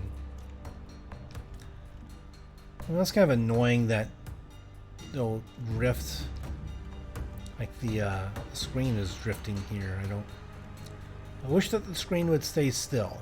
That's kind of what I'm thinking. And when you move your mouse cursor to the edge of the screen here, it honestly should not do this. Like, I know why it does it, but it shouldn't, because you can use the keyboard to do that, right? Like this. And if I want to put my mouse cursor down here and click on something, I don't want it to drift the screen. You know, you don't want the screen to be drifting as you're looking down here just to see what you can want to click.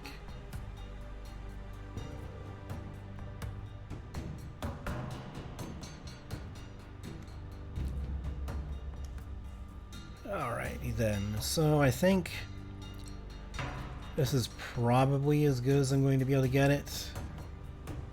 I'm going to put you back here, you guys go in front, take all the hits, and then let's start the battle then. Get in there. Get in there, come on.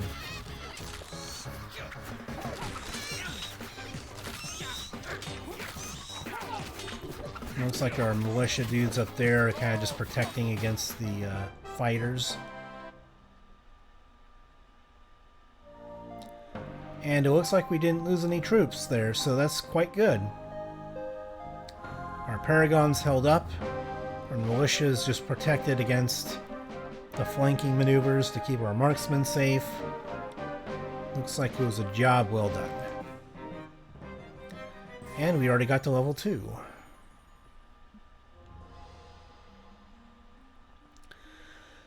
So that's interesting, probably not very important for now. I mean, it definitely makes your heroes stronger, but I think we want to make our units stronger.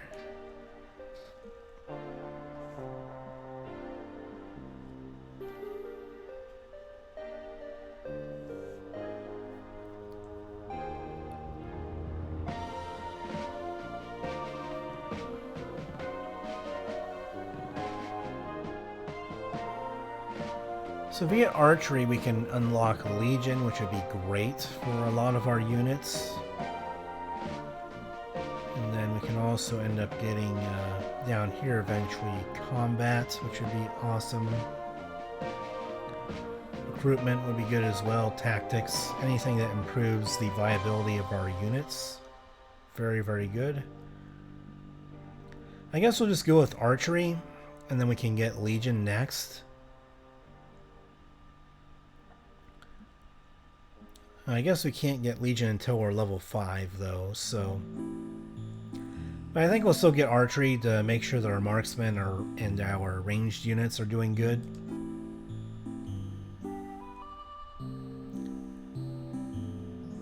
So yeah, basically your archers and your ranged units are going to be better. And so they'll be doing a heck of a lot more during combat. Let's go ahead and have you get the ore quarry. We'll have one of our other heroes use their movement to get the ore piles here since we don't need them right now. Or not immediately, so we can skip them for now and do that next turn. But we'll have you go over here since you have... Our Paragons seem to be quite good units here, so definitely very happy about recruiting them.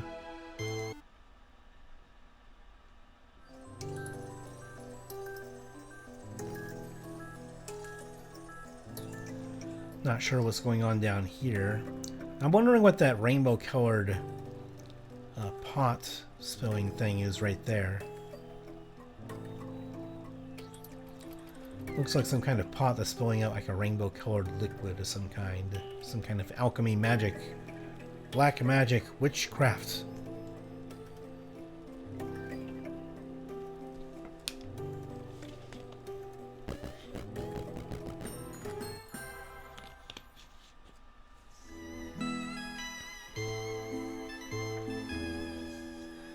And I kind of have to get used to the red here, meaning that you're going to initiate a battle. Usually the red colored things on the map here with your movement would usually indicate that you're running out of movement and that you have to wait until like next turn to be able to do it. Whereas in this game it indicates that you're initiating combat.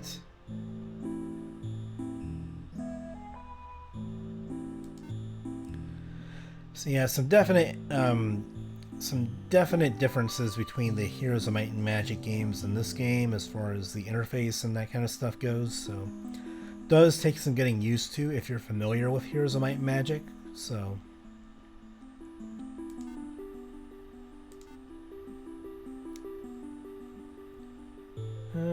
let's see. How difficult is this fight? Still a hard fight.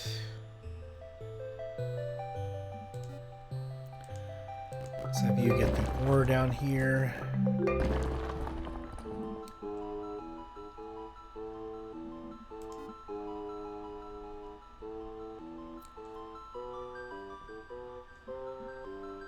And I guess I don't really care about getting the infirmary, so I think my paragons are going to do just fine dealing with these guys. Harpies are fast, but we can take care of them. Centaurs are a ranged unit though, so that could be a bit of a problem since we don't really have any fast units. But let's go ahead and get you over here. Let's get our faster units more on that side of the map. And you guys can go over here and help with the harpies. Maybe just kind of keep you guys in the middle here. And then you guys can help against the centaurs.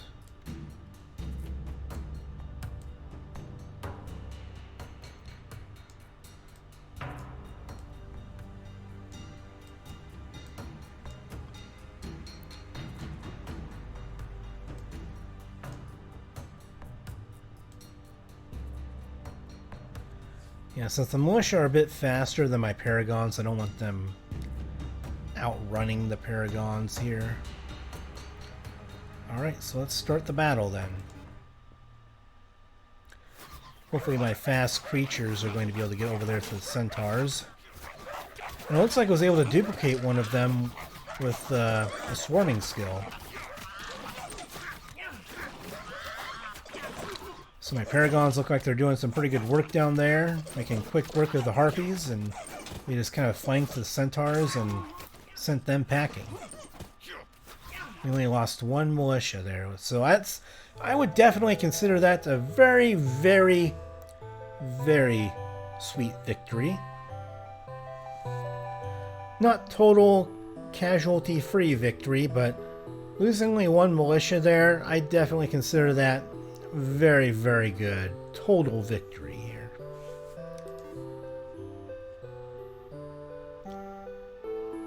Alright, so let's go to the Palace of Order here and see what happens when we go over here. Alright, so you just go over there and then you claim it. Okay. So we get more gold each day, more creature growth.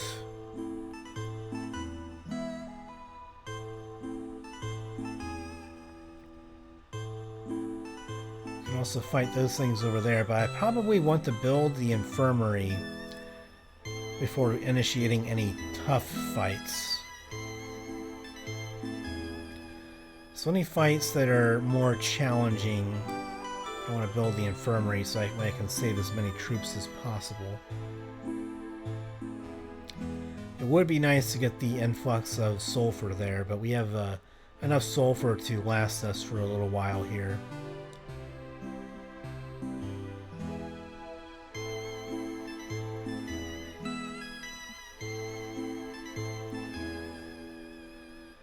So it looks like we can take that fight next and feel pretty good about it. I don't know if there's any ranged units to worry about in there, and so if it's melee units, our paragons will do a good job against them.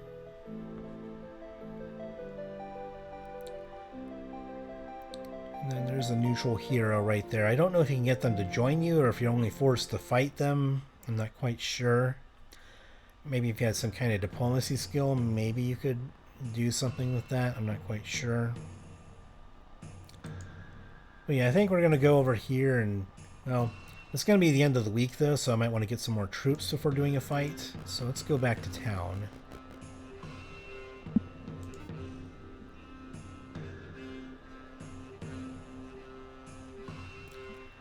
In fact, actually, what I can do is I can go ahead and send one of these heroes back to town. And then you can go in that direction next turn. He can go get the troops, deliver them back to him. I don't know what you're going to be doing.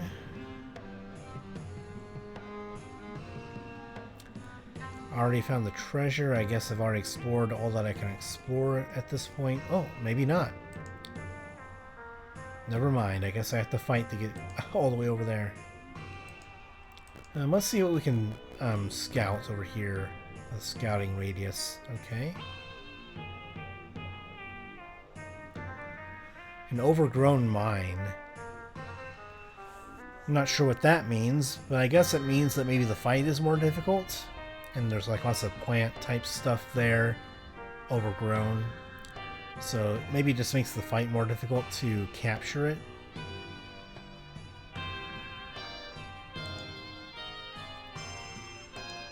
So I just want to go ahead and scout as much of the fog of war as I can, since I can't do anything else with her. Don't want to fight them. And then, what shall we build? So it's going to be the end of the week. I guess a chapel, getting some ranged damage monks would probably be a good idea. Regenerating creatures are good too, but ranged and giving healing to my strong paragons here seems like it would be a good choice. And we have the resources for it.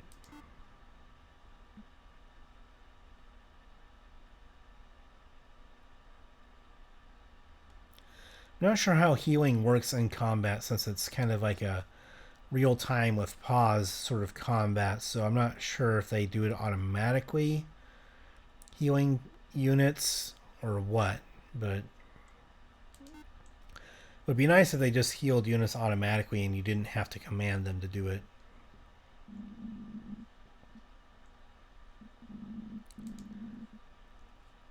And I guess might as well go ahead and make as many of them as we can. Oh, this just allows you to change your unit choice. Well, I definitely want to stick with these ones that I've got.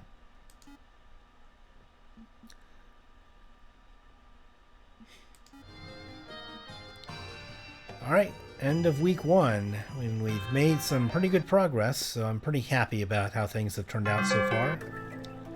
Minimal casualties of my own troops. We've gotten good income. We have a pretty good supply of resources right now.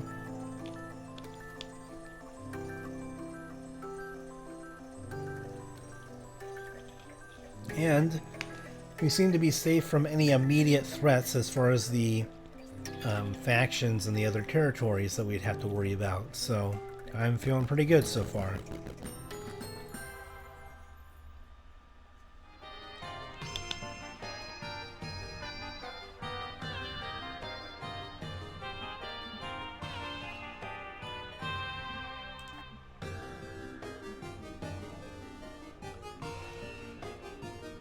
So it doesn't appear like there's anything else to grab on the map right now unless we fight some wandering monsters. So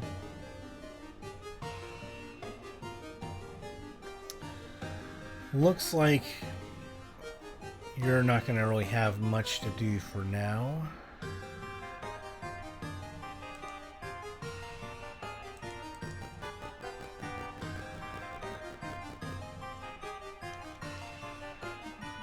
Alright, so let's have you go up here and get some more units to send on down to my man. See, we already owned that. I guess we can just go ahead and get some marksmen, I guess. Or we can also upgrade the chapel. Might be better to upgrade the chapel and then just get some strong friars in there.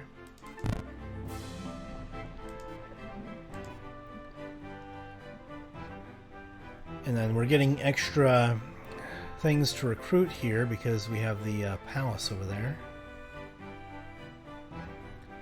But they are very expensive to recruit. So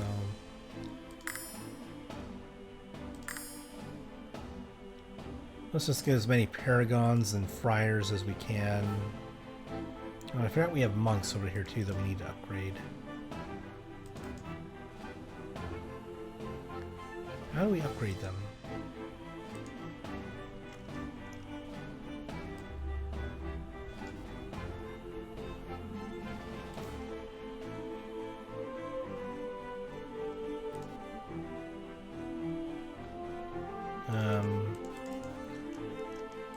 How do we upgrade units? Let me double check the options menu here.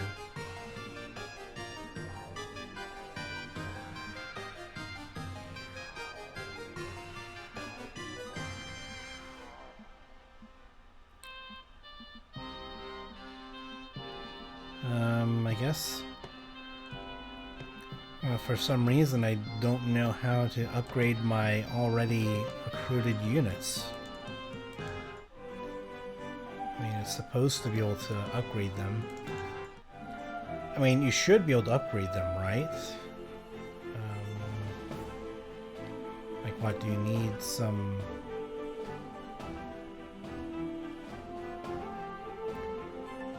Like, do you need some building to upgrade your units after you've already recruited them? Or I don't understand.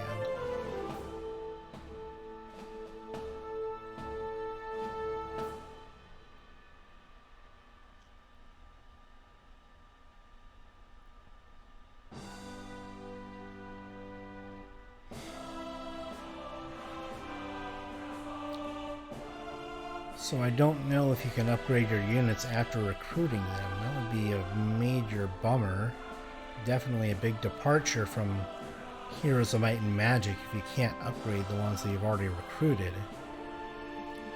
That's the tavern.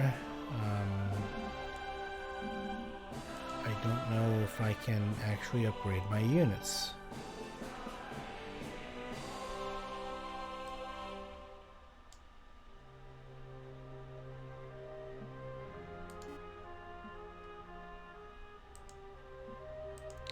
Really want to be able to upgrade my units. I mean, I wouldn't have built them if I couldn't upgrade them after the fact. Like, why can't I upgrade my units here?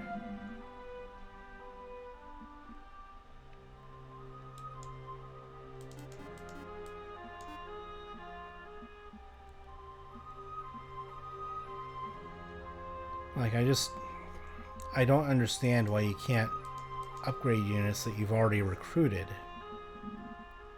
Like, why can't you? I mean, there wasn't a hotkey listed to upgrade them or whatever, so like, I don't...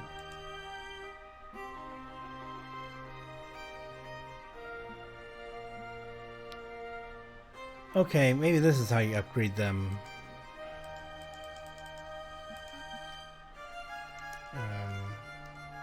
Is it the V key or whatever?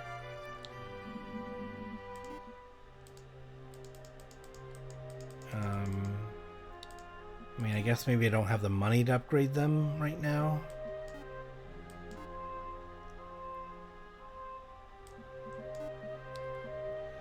I mean, it'll take them along, but it's kind of like a roundabout way of being able to upgrade them. Like, you shouldn't have to go to this screen to do it. You should be able to, like, double click on them and get details on them to upgrade them individually like that. So yeah, I mean, I'm learning things. It does seem like a convoluted way to be able to upgrade your units. It shouldn't be that difficult to figure out. So, devs, if you're watching this video per chance and seeing people doing Let's Plays of this game, pro tip, make it easy to understand how to upgrade your units after you recruit them. It's a very common thing for players to do after they finally upgraded their buildings and things like that. And it'd be nice to understand how it is that you upgrade units and things like that. So,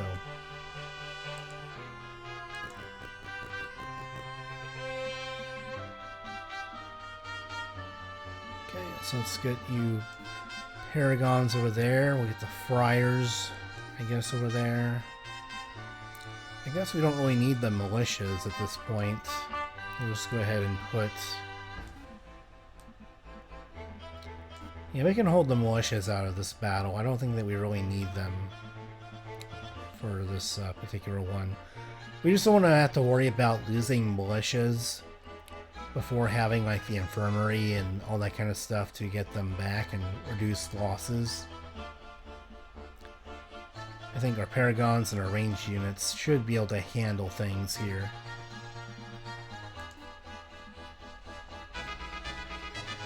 So hopefully we'll be able to conserve troops here, and our ranged units are going to kind of clean things up.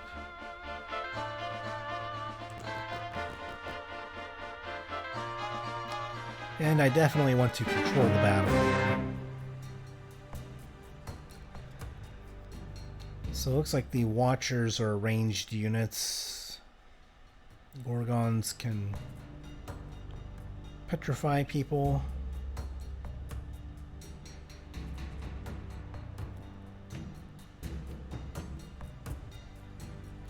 And then Troglodytes are a little bit tanky, but not too threatening.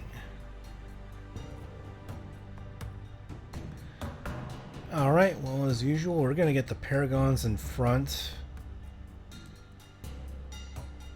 Definitely want them taking on the Troglodytes. I guess all of our ranged units. I guess you can right-click to separate them individually. I much prefer that.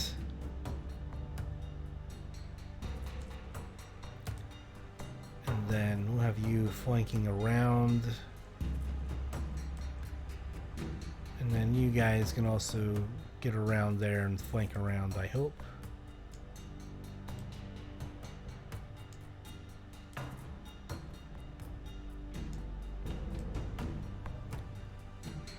Keep you guys around to heal people.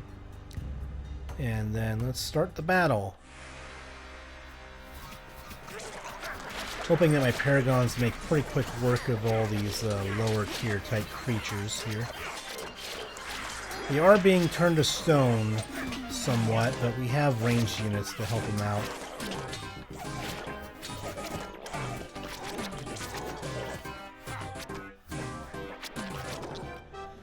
Yeah, so we didn't end up losing any troops there.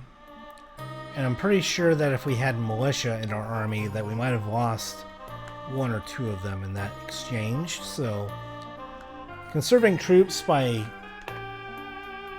You can kind of conserve troops by taking out the cannon fodder of your army for easier type fights, and then for the tougher ones where you need all the troops you can get, then you can kind of put them back into your army and kind of make use of them as much as you can.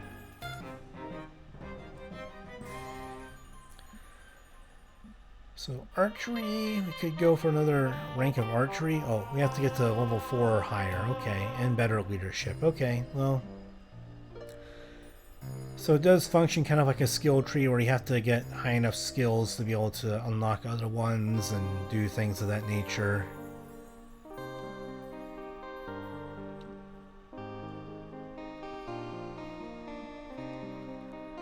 So getting combat is going to be a bit difficult, I imagine.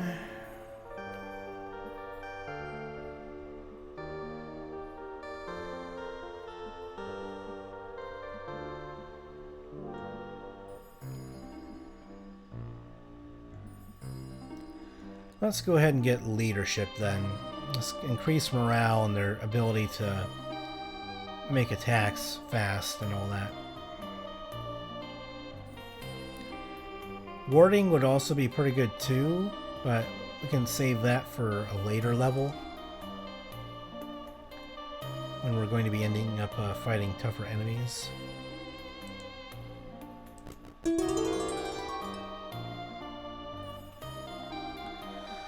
I think leather gloves is probably better here. We can find other ways to get mercury, and so just having an artifact increasing the viability of our troops seems like a good deal to have.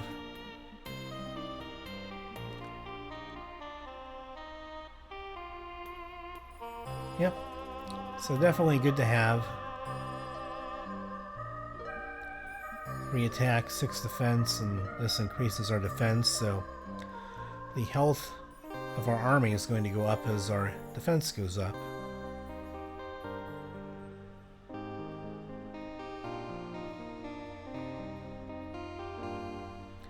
And I guess our spell power is high because we have the artifact here that increases it.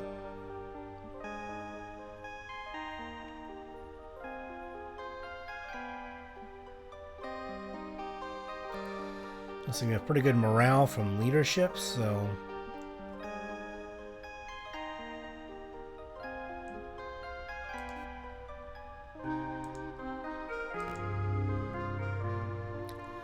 alright, we get more morale and movement speed here.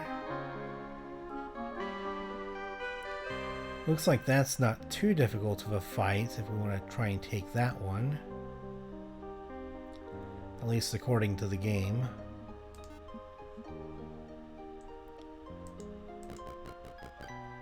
Pick up that ore next turn.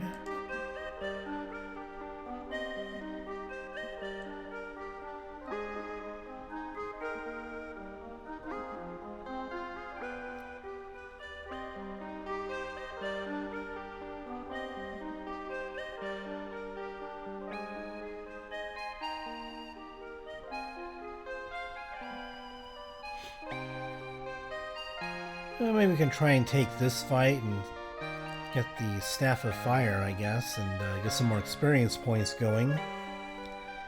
Our Paragons seem to be holding up pretty well in combat. I don't think that we need our militia, our militia for this battle.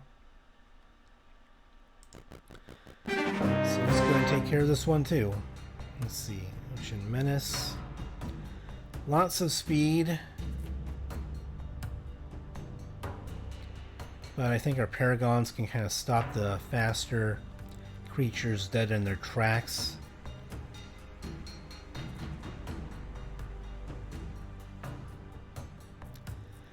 It's possible that they could try and charge past our Paragons into our ranged units, but I think we should be okay.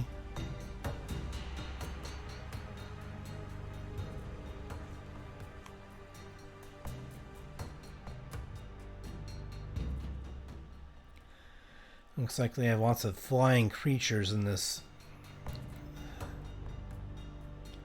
Then we have an Arcanist that we are going to have to deal with. Maybe get our hero back there to deal with them.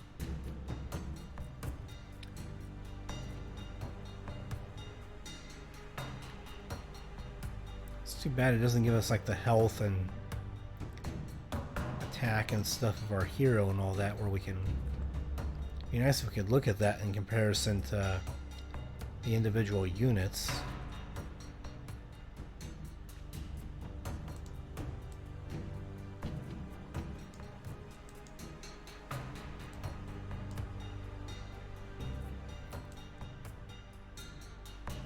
So I guess we can get our ranged units over here. Have them... I guess we want the friars and stuff down here closer to our other units to heal them, I guess. I'm not sure how that works exactly, but we'll do our best.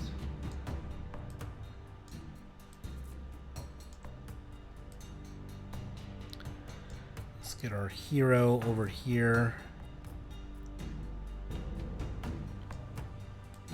Maybe our hero can go over there and then swirl these guys around to flank around and get on that side.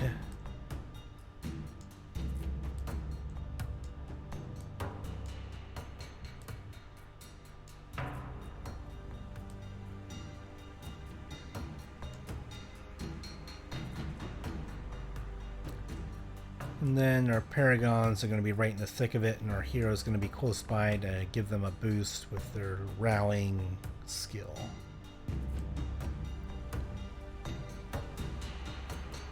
And then there, the friars are going to, I hope, heal the paragons up front. So let's go and see how this works out.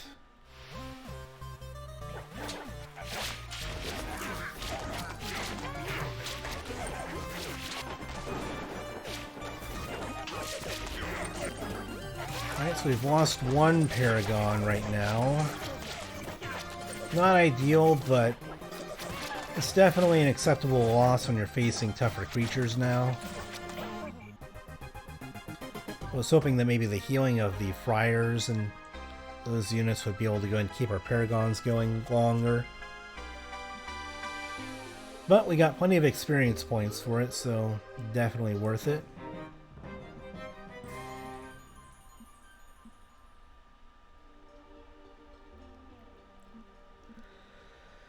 And then I think we can just go for archery now. And then next level up, we can go ahead and get Legion to go ahead and just increase the durability of all of our creatures.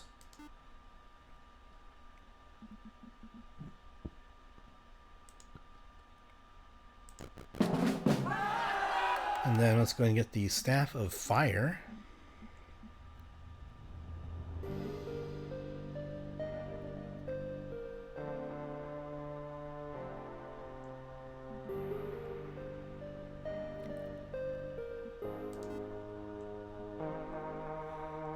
Okay, so we can summon imps. And because our spell power is unusually high from the artifact that we have, we can summon a decent amount of them, I guess, so could be useful to have them come in as cannon fodder for a fight. In fact, we could go ahead and test it out now, actually, and see what happens.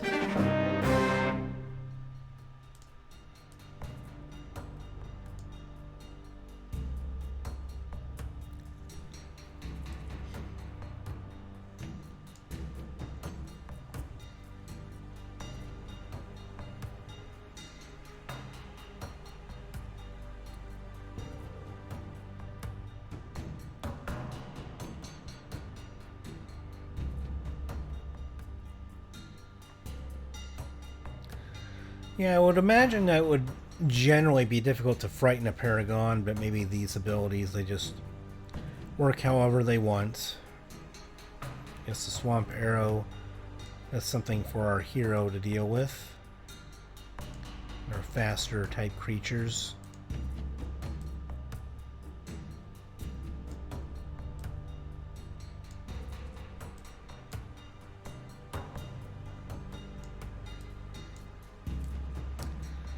We want our hero reasonably close to our paragons because of the rallying skill. Let's go and get you guys over here then. And then you guys can be over here healing our buddies.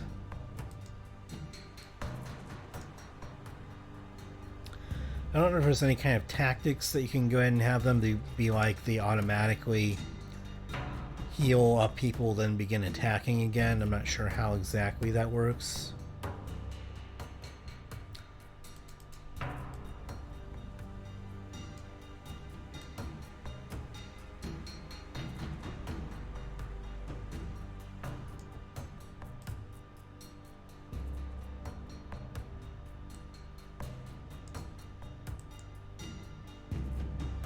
Oh, I did not want to do that. Oh well.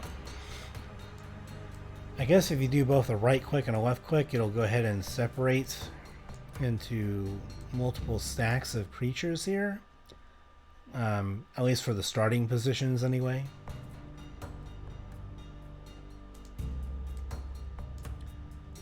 And then where's the spell book where I can cast spells or whatever?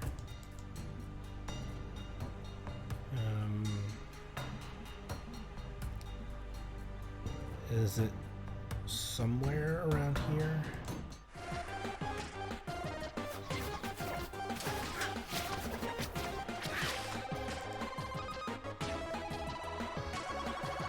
Let's go and get some imps over there to be cannon fodder. I guess our hero got smacked around a little bit too much.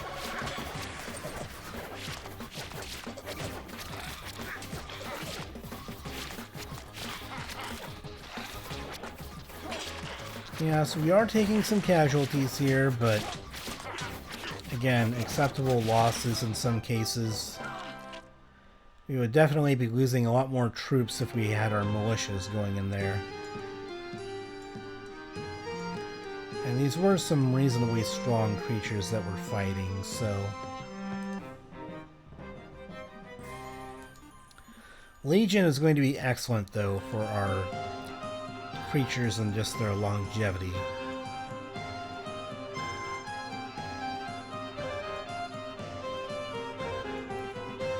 I don't know... Oh, Whittle's Hourglass. That's going to be another artifact to complete the set, so... Have 3 artifacts in a set. Alrighty. Let's see what the artifacts are all doing together here. Not that. Whittle's Hourglass. So that gives us +1 to potency skill. So increases the effectiveness of spells. So I guess we want to summon some imps. Then this will end up being better to go ahead and summon those. And then bonus with 3 pieces, so if we cast earth spells, an enemy unit's turned to gold, so we don't have any earth spells yet, but we can probably get some. And then we can regain mana from picking up gold piles. Probably not going to be a big factor with this hero, but we'll see.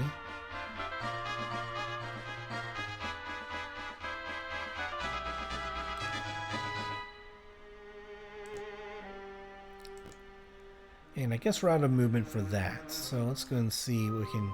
Alright, we've already built in our town. Alright, so our turn has gone on quite a while now. Let's go and see who's in the tavern to recruit.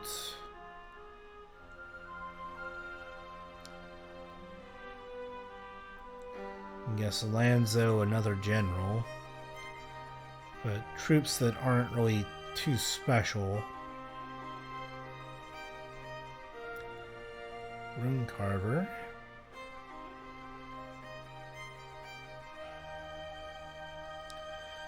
I guess they have a couple of ranged units that we could get in here. I guess this is a Dwarven hero. Since the miners, I believe that they were part of the Dwarven faction.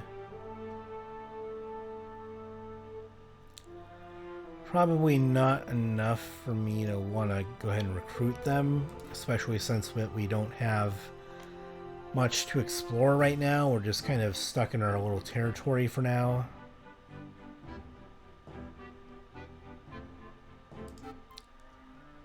Alright, so we've already built our building, so let's go ahead and... what's this thing right here? Oh, our spellbook. Okay. Let's end the turn then.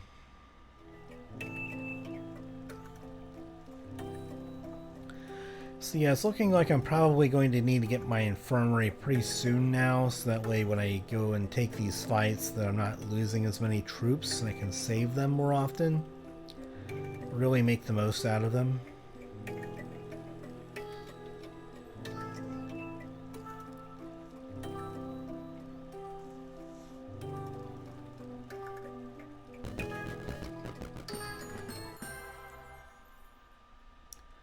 And it looks like there's like an autosave feature or something too. And I guess I'll go ahead and save the game here, and then what happens when I click on load game? Okay, so I guess I'm not exactly sure how these save games are ordered up, but I would guess that these maybe are... I guess these are autosaves maybe, and then these are your... I'm not quite sure. Maybe these are the autosaves, and it autosaves at the start of each... I don't know. I don't know how these... I don't know how the save game system works here. I guess it just says day 2, week 2. It doesn't really tell you much.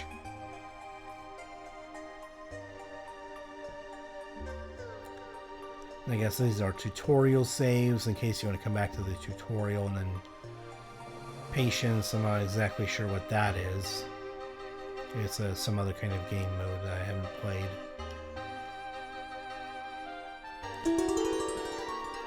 I'm going to go for the experience points here. I think we can get a decent supply of crystal over here.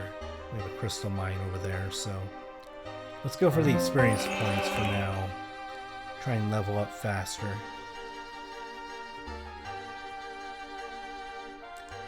And then we can get some more movement and morale for our next battle.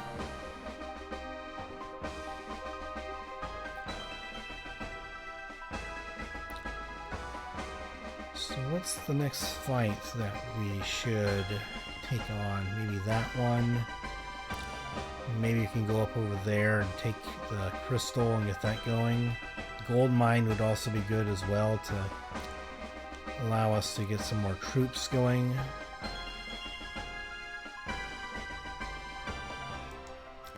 I think we want to go back here because we want to go ahead and eventually learn some spells here. The Hostler would be good as well. I think Guild of Mages might be okay here.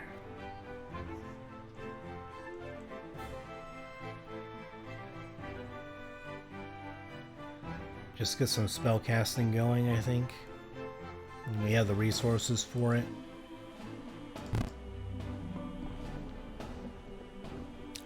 We do need to get some mercury from one of the, like the mercury mine or something like that, but should still be okay for the most part.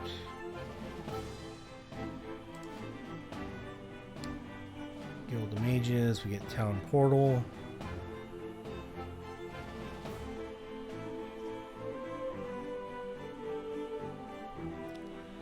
Deflect Missile could be good.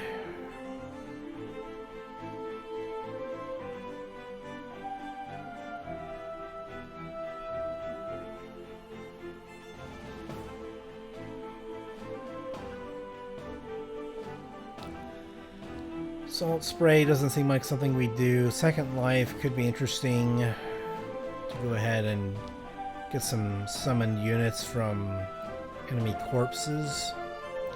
And also give a chance to make use of the artifact that we have, or the artifact set that we have, to turn enemies into gold when casting an earth spell. Deflect Missile, though, that seems like a spell that we will want to cast quite a bit to protect our paragons and units like that from ranged weapons pelting them to death.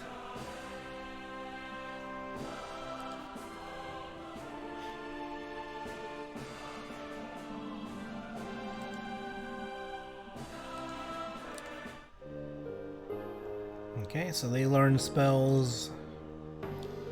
I guess we can have you go in there and, nope. We want you to go in here and learn some spells as well.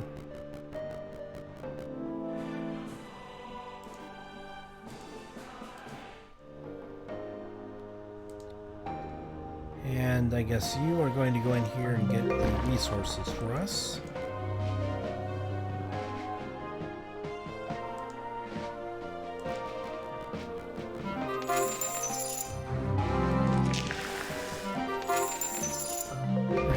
Get all that going and rolling, and then let's get you over in here to the town. I'm just going to keep her there because I might build the Hostler pretty soon. There's nowhere else that she's going to be going, so...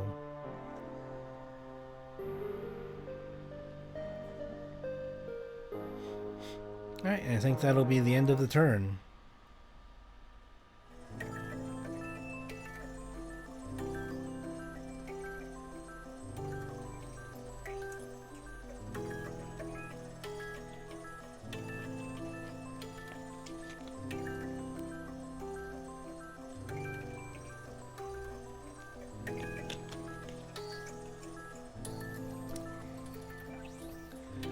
I think that once we reach the end of week 2, I'll probably end up going ahead and calling it an episode for tonight, but we'll get through the rest of the week and see what we can conjure up with our army and getting our buildings going here.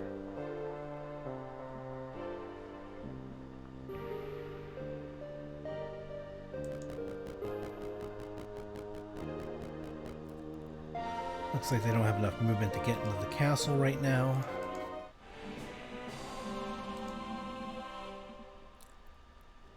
Alright, so we have upgraded chapel already.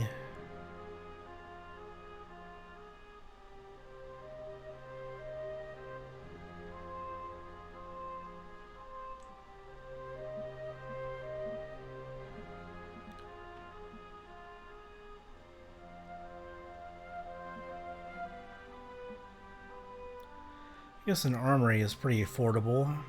A fort would also be pretty affordable. Let's just go ahead and do the armory, I guess. So that way we can go ahead and get our ranged units going.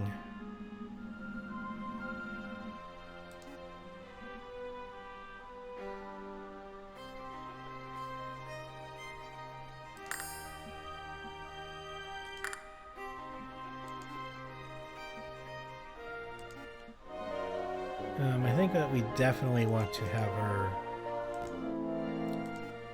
putting the units back over here, and then we go in with our main hero.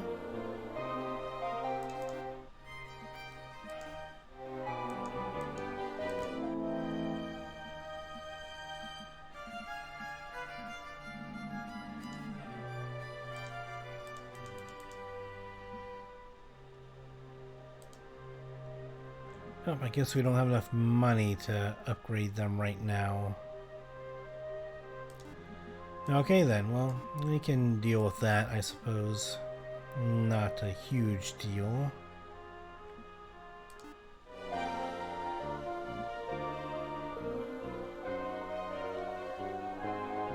So that'll give us Mercury, which we do need, but we also have maybe easier fights over here.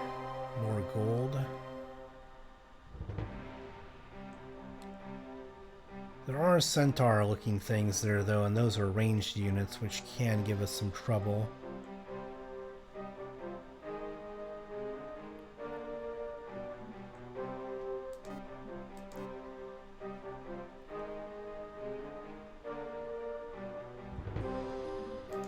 Maybe at this point it's time to get the militias going in our army though.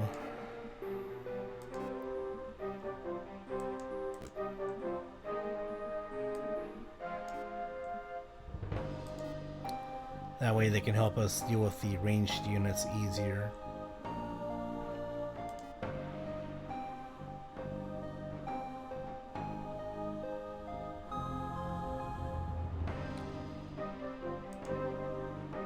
Okay, so we'll see what happens here. Might as well go ahead and save my game, I guess.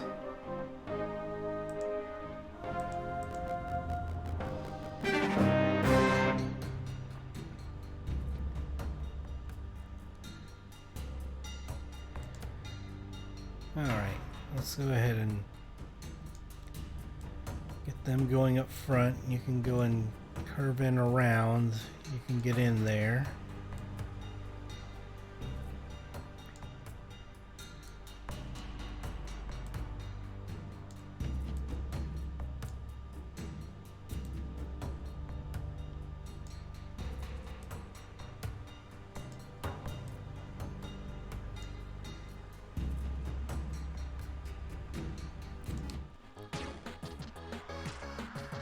And then let's go ahead and cast.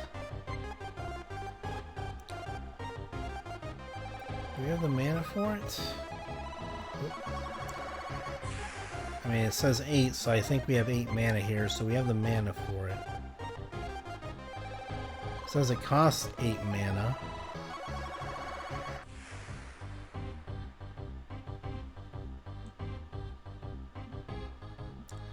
You know what, let's go ahead and... Can we cast it? I I guess we can't.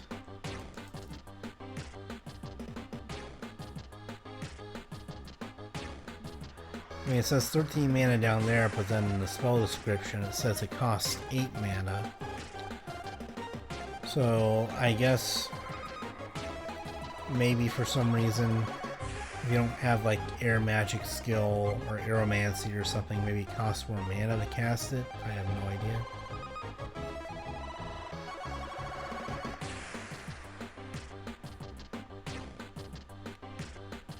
I mean, I guess we can also just summon some imps, which is not bad either. And we can summon them to get right here, right on top of the centaur things here. So go in there, my imps! Link the centaurs and distract them. We've already lost a couple militias, but we're doing okay-ish. Alright, now we're starting to lose some militias. But they are taking the heat off of some of my other troops, so it's acceptable, mostly.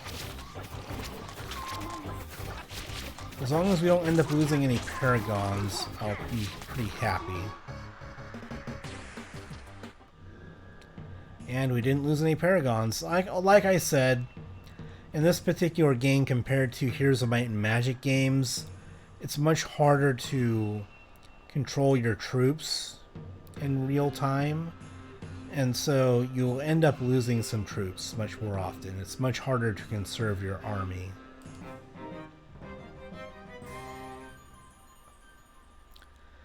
So I guess to upgrade this, we have to get up another couple of levels.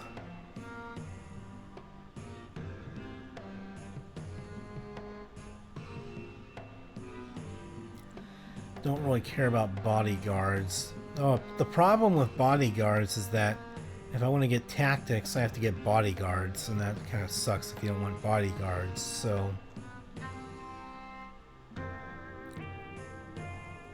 Level 9 and leadership needs to be better.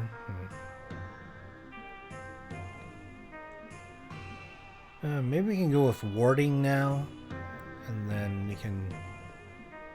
I mean, eventually we're going to need Midas Touch, so that way we can get combat. Don't think I would want Aeromancy. I mean, it could be helpful, but...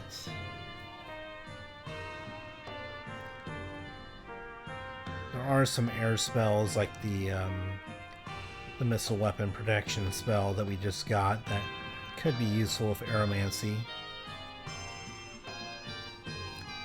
Let's get warding, so that way we can increase the tankiness of our units here.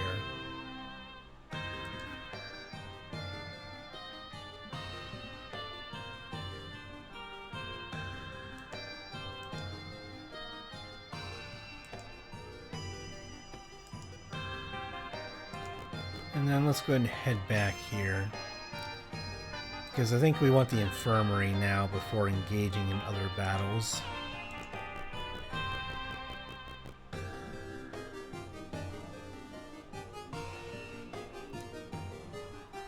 Okay, so we have to save up some money to build a gold mine there. Okay.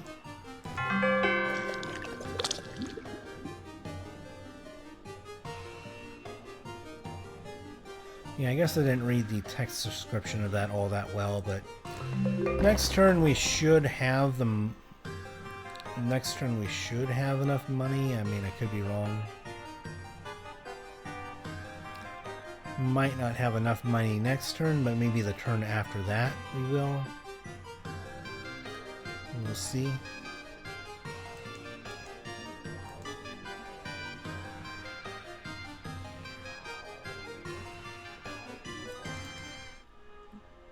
Okay, alright, let's end the turn then.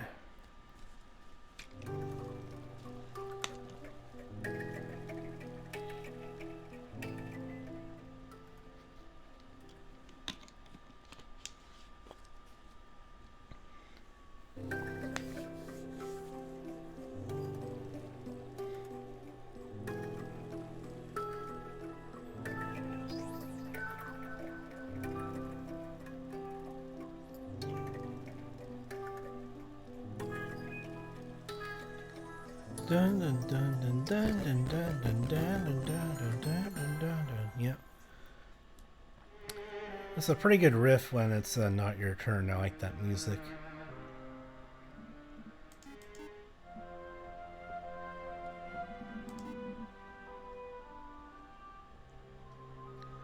Alright, so it looks like we have enough money to upgrade that gold mine.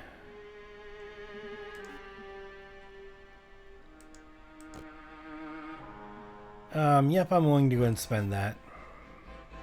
I don't know if we have enough money to get a building this turn, but we'll see.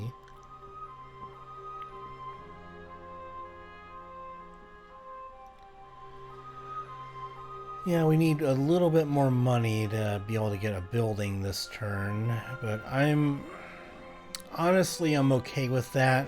It's not ideal, but getting the gold income from this gold mine in the long run will be better, I believe.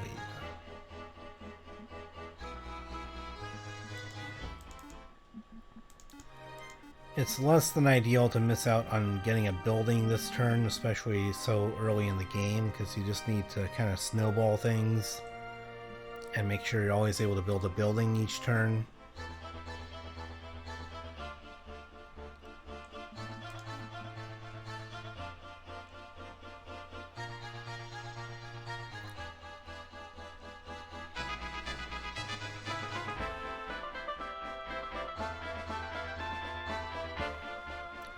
Yeah, I really don't want to be fighting before getting the infirmary right now, so...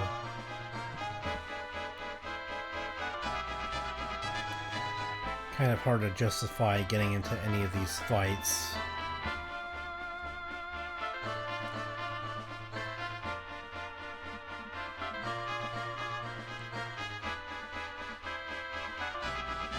Because, I mean, it says the difficulty of the fight is easy, but the thing is that it doesn't mean that you're not going to end up getting any casualties, so it just means that it's going to be easy to win the fight.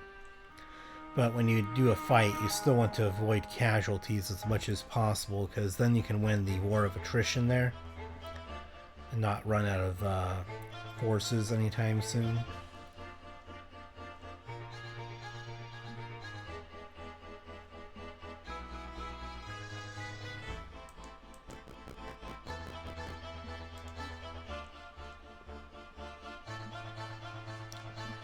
We'll have you stay there so you can deliver troops at the start of the next week or something like that.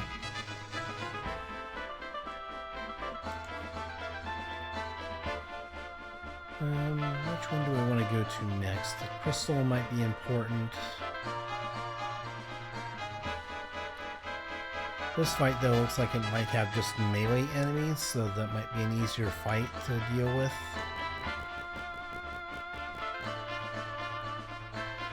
So we'll have you do this for next turn.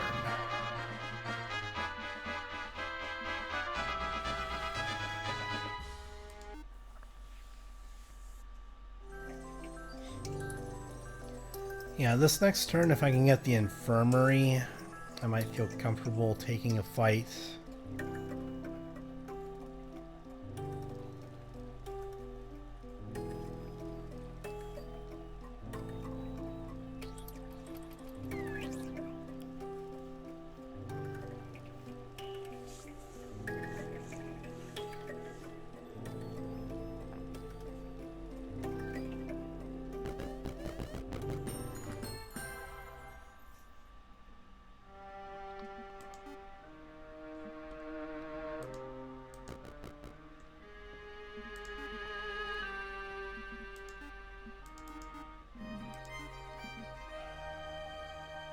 Okay, so...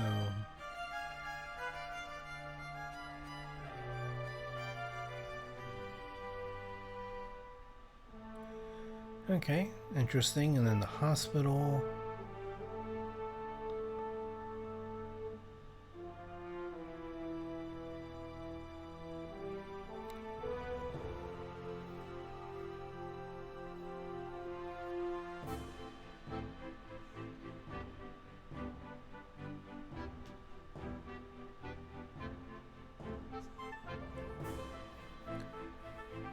Okay, so it does increase the effectiveness of your infirmary a bit, and it allows you to save units from other factions if you can find them, so probably well worth it later on.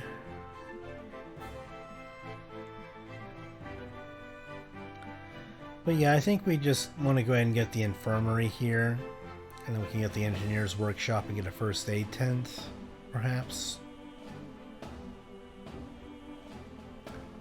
Eventually we can get architect to increase our gold income as well.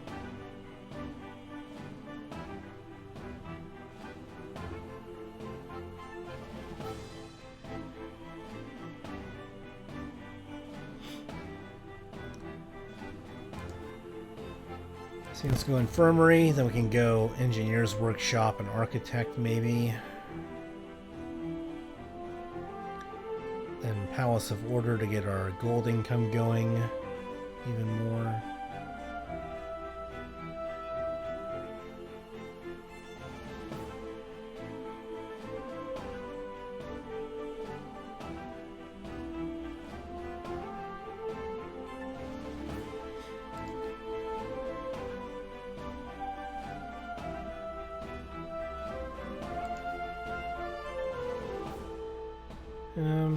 Do I want more militia? I don't think that more militia is going to do any good necessarily, so we'll just save our money so that way we can get the buildings that we want.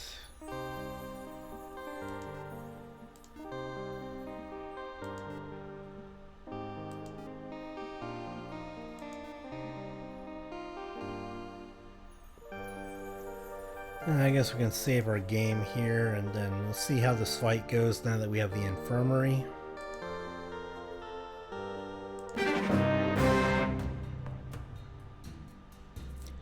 Alright, you Paragons, you're going to be taking the brunt of it.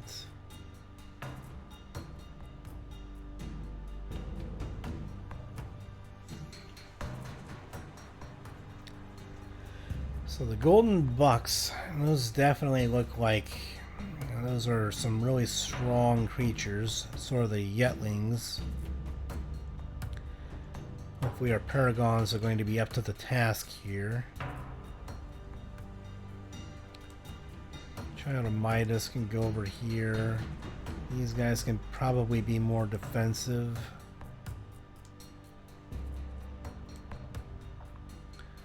You can get in here with the Paragons.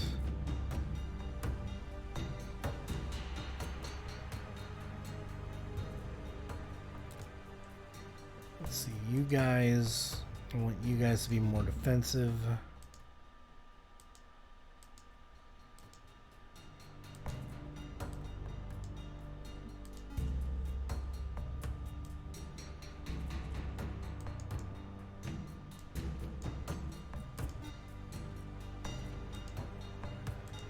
I mean, it says defend and attack, but what I really want is for my militias to be defensive while everyone else is attacking. So that way my militias can defend areas that my ranged units might be in.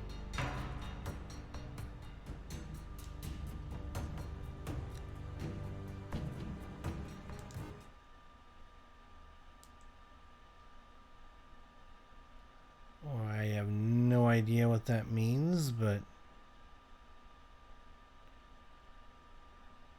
I guess we just send them in.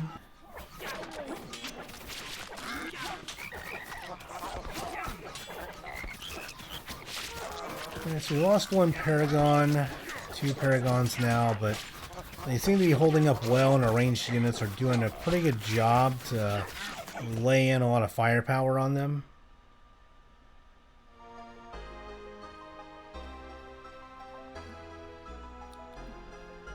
Let's see if we have a Paragon that shows up in our town now.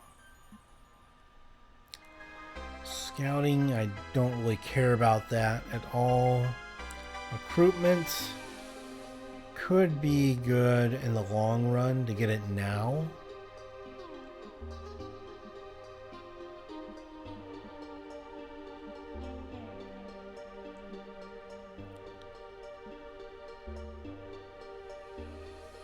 I mean, I might as well get it now.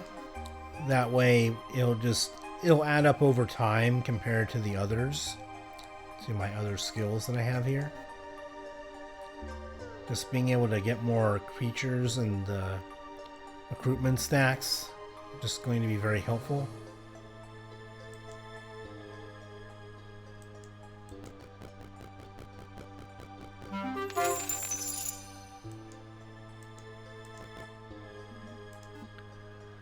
See, let's have you go ahead and take that. And then what's in my town here? Do I...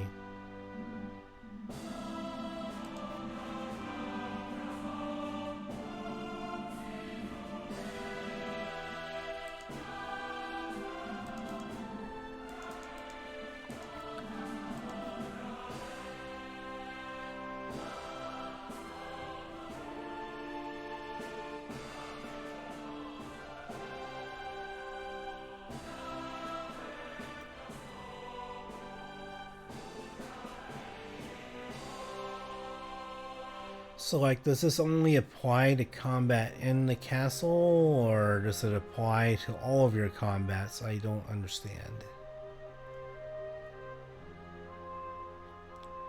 I think the game needs to clarify if this applies to all of your combats, or if it applies to combats that just only take place when your castle is being attacked. Because I lost 2 paragons in that last fight. Half of them should have been sent to the infirmary, which would be 1, and so 1 should show up in the infirmary. I don't know, maybe it doesn't show up until next turn?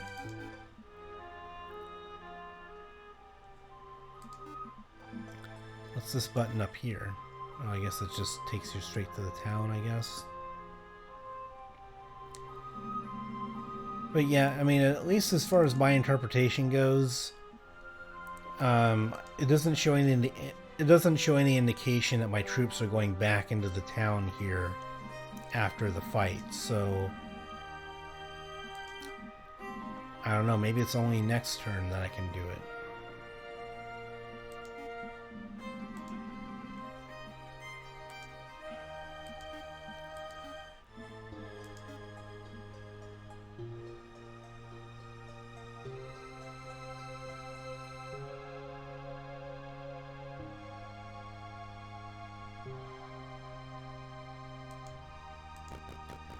Well, let's get you back to the town then, and we'll see if they end up showing up next turn for us to recruit. So I can upgrade the monks into friars.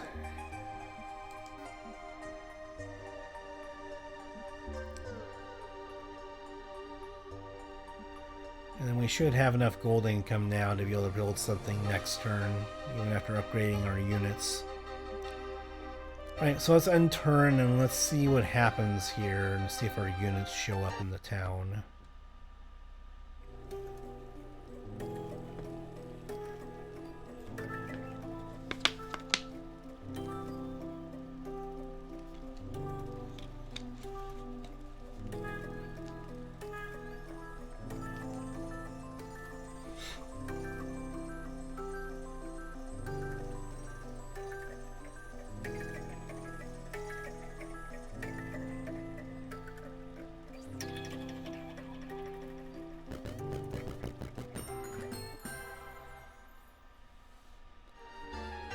Alright, moment of truth. Let's see if they show up in the town or not.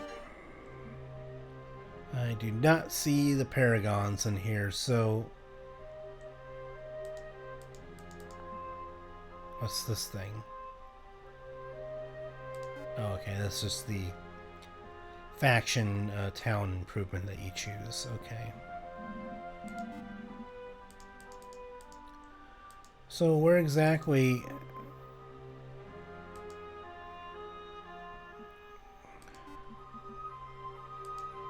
Like, is this a bug? Is it not working correctly? I don't understand that, but okay.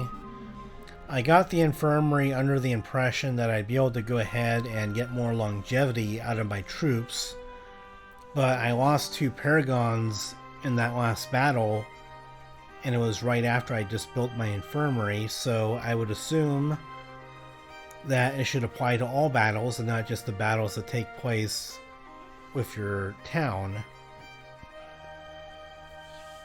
Because at least in Heroes of Might and Magic 3, what it would do for your buildings is that it would specify that when you're defending a town in a fight, it'll give you bonuses or some kind of thing like that. And then other buildings will give you bonuses to all of your heroes. And like any fight, for example, there would be something that could give you a bonus to your necromancy skill, and it would apply to every fight, no matter where your hero was. And so, yeah, I don't know if that's like a bug. I don't know if the infirmary is not working correctly. Maybe I need to get the percentage up more for the saved units, because maybe there's diminishing returns for stronger units, and I needed to lose more units to get some kind of return out of it. I don't know, but maybe it'll show up for the lower tier units like the militias next time. I do not know.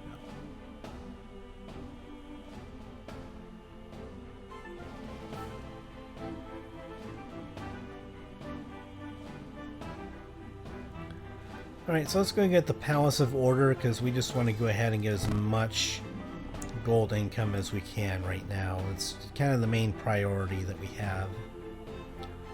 Just get income, get the money and the units flowing in, and we should be doing okay. The next turn, I think what we can do is we can just build... Let's see, we already have an armory.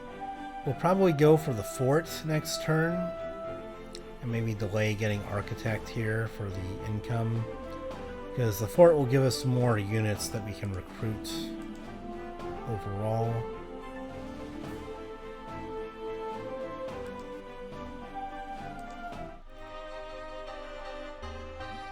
And then let's go and get you getting the resources.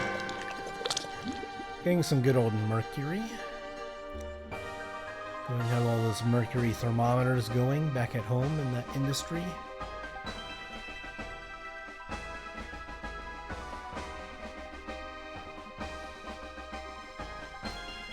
And I don't think there's much else to do, so we'll just move you to the middle of the map in case we need you from gathering resources after a fight. And that'll be the end of the turn.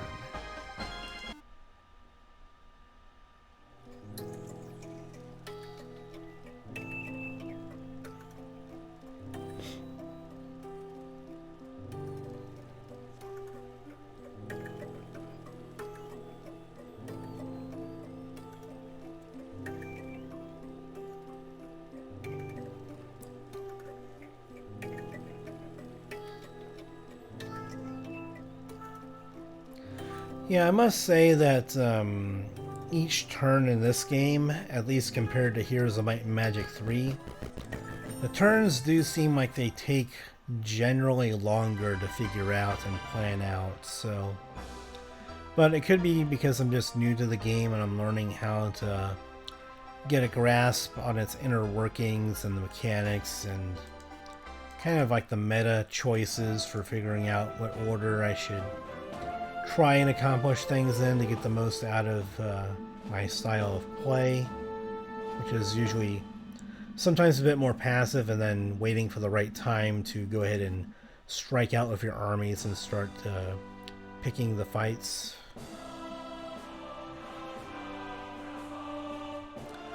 So now I think it would probably be time to get the fort.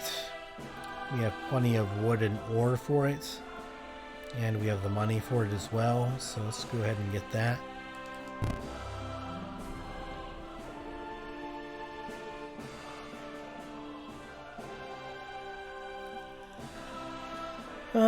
I quite like the Paragons. They are kind of like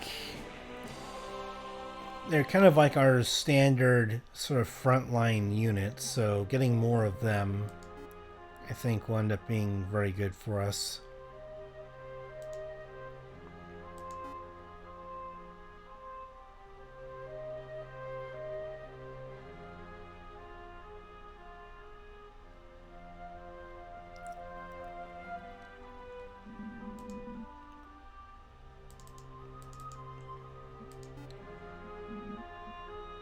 I guess I don't know if there's any way to take a look at the fort again.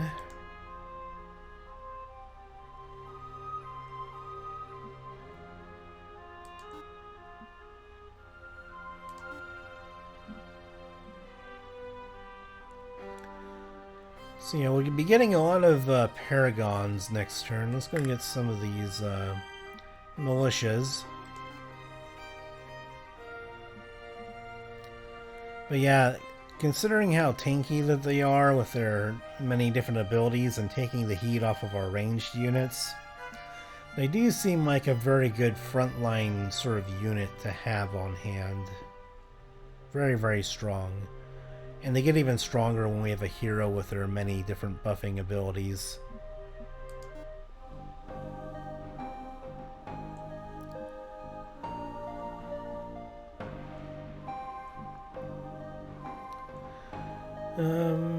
I guess it's time to start moving my hero out to start doing some things.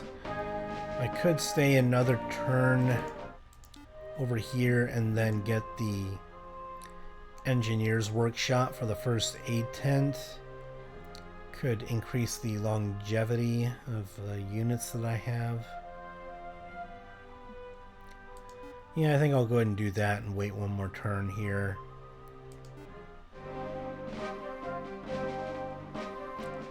You can stay in the middle of the map.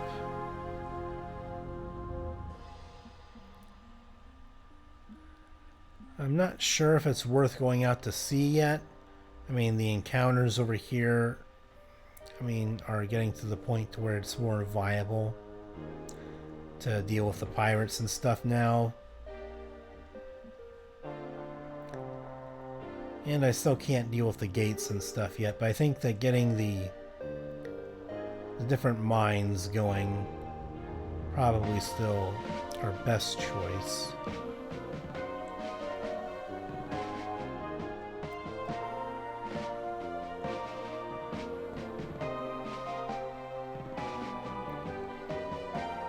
Alright, well, let's just end the turn then.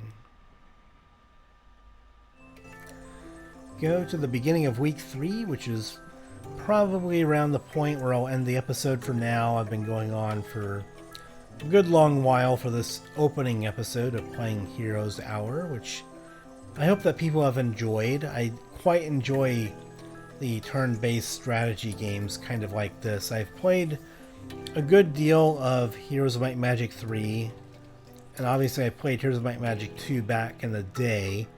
Gameplay-wise, Heroes of Might and Magic 2 a bit behind Heroes of Might and Magic 3. The story of Heroes of Might and Magic 2 is obviously quite good if you are familiar with those games. It had a pretty great single-player campaign to play around with. And I don't know what's going on here.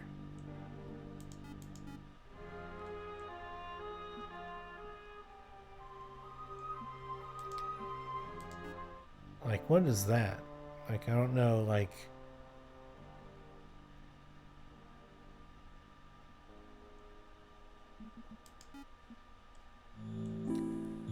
I don't know what those little boxes of things are up there, like those like rebels or something like that.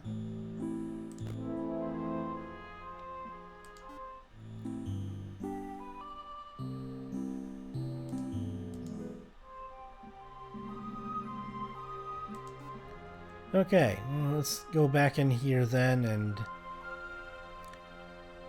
and it would be nice to get Hostler, but considering the small, like there's not very much space here in our territory, so we don't really need it yet. It would be nice to have it, but I just don't think that we need it yet, so...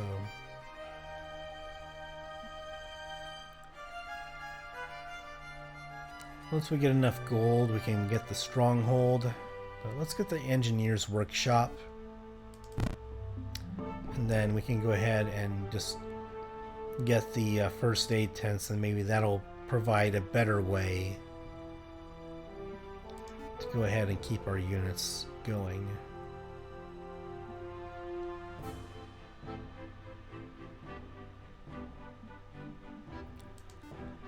Alright, let's get the first aid tent.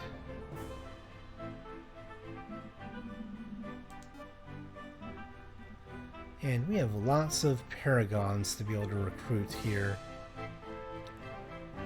So many that it would require like 6,000 gold to get them all. That is a lot. That is quite a lot.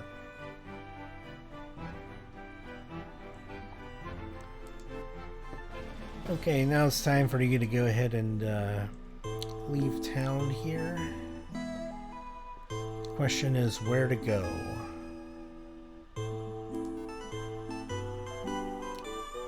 Could fight there, but that might result in some casualties here. I want to try and pick a fight where there's not too many ranged units to deal with. Unfortunately, I don't think that any of those fights exist right now.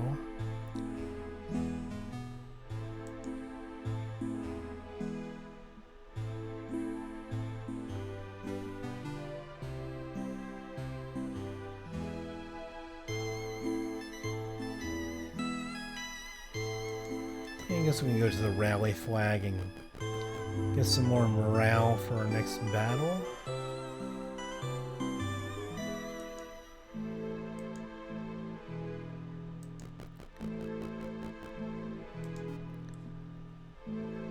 I guess we'll get you close by to take care of the sulfur over here.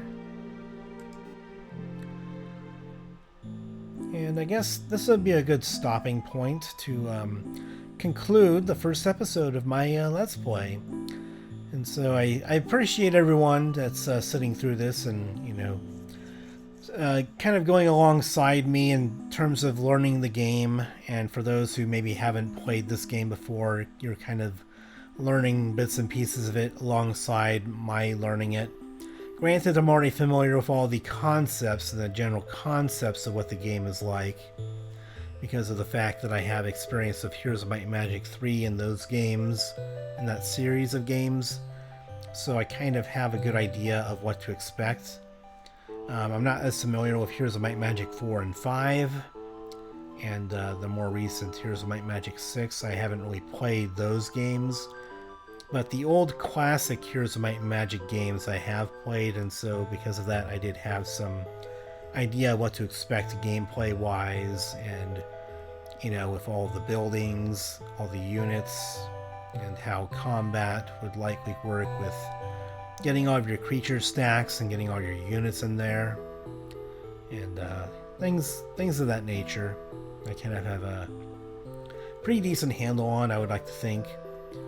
Obviously the resources are a little bit different, and the buildings, there's quite a bit more of them to build in each town, and kind of figuring out how you want to do things with your town. Definitely a bit different compared to, you know, the older types of strategy games. But I hope everyone has had fun learning the game along with me, and getting kind of used to how it plays and the general art style that it has compared to most games. It does have the retro pixel art type style, which is a bit more common these days than it was back maybe about 15 years ago as far as gaming goes. It's kind of like the, you know, resurgence in the past 10 years or so with games like this, or the good old sort of, how should I say it, indie game development, and many sorts of roguelike type games as well have this kind of art style to it, and platformers commonly have pixel art animations and graphics, and I do like pixel art quite a bit. It just would be kind of nice if the portraits here were kind of more memorable, more like hand-drawn portraits that are pixelized, kind of like PlayStation 1 RPGs were back in the day. So maybe it's just something to look for the future for either DLC of some kind that the game might have, or maybe a future title by the same developers. Maybe that's something that they can consider. But yeah, I hope that everyone has had fun. I've had fun so far. It's been enjoyable. Been an interesting experience, and I hope to see you all next time. Maybe sometime next week I'll get to going to a second episode. And let me know what you thought of the game and of my gameplay in the comments, and any other things that you might have on your mind. Wanting to go ahead and give me feedback. I welcome all kinds of feedback. So thank you everyone for watching. Glad you were patient with me, and I hope to see you next time for my Let's Play of this wonderful game, Heroes Hour. Hope you all take care and just have a wonderful, wonderful day and a wonderful weekend.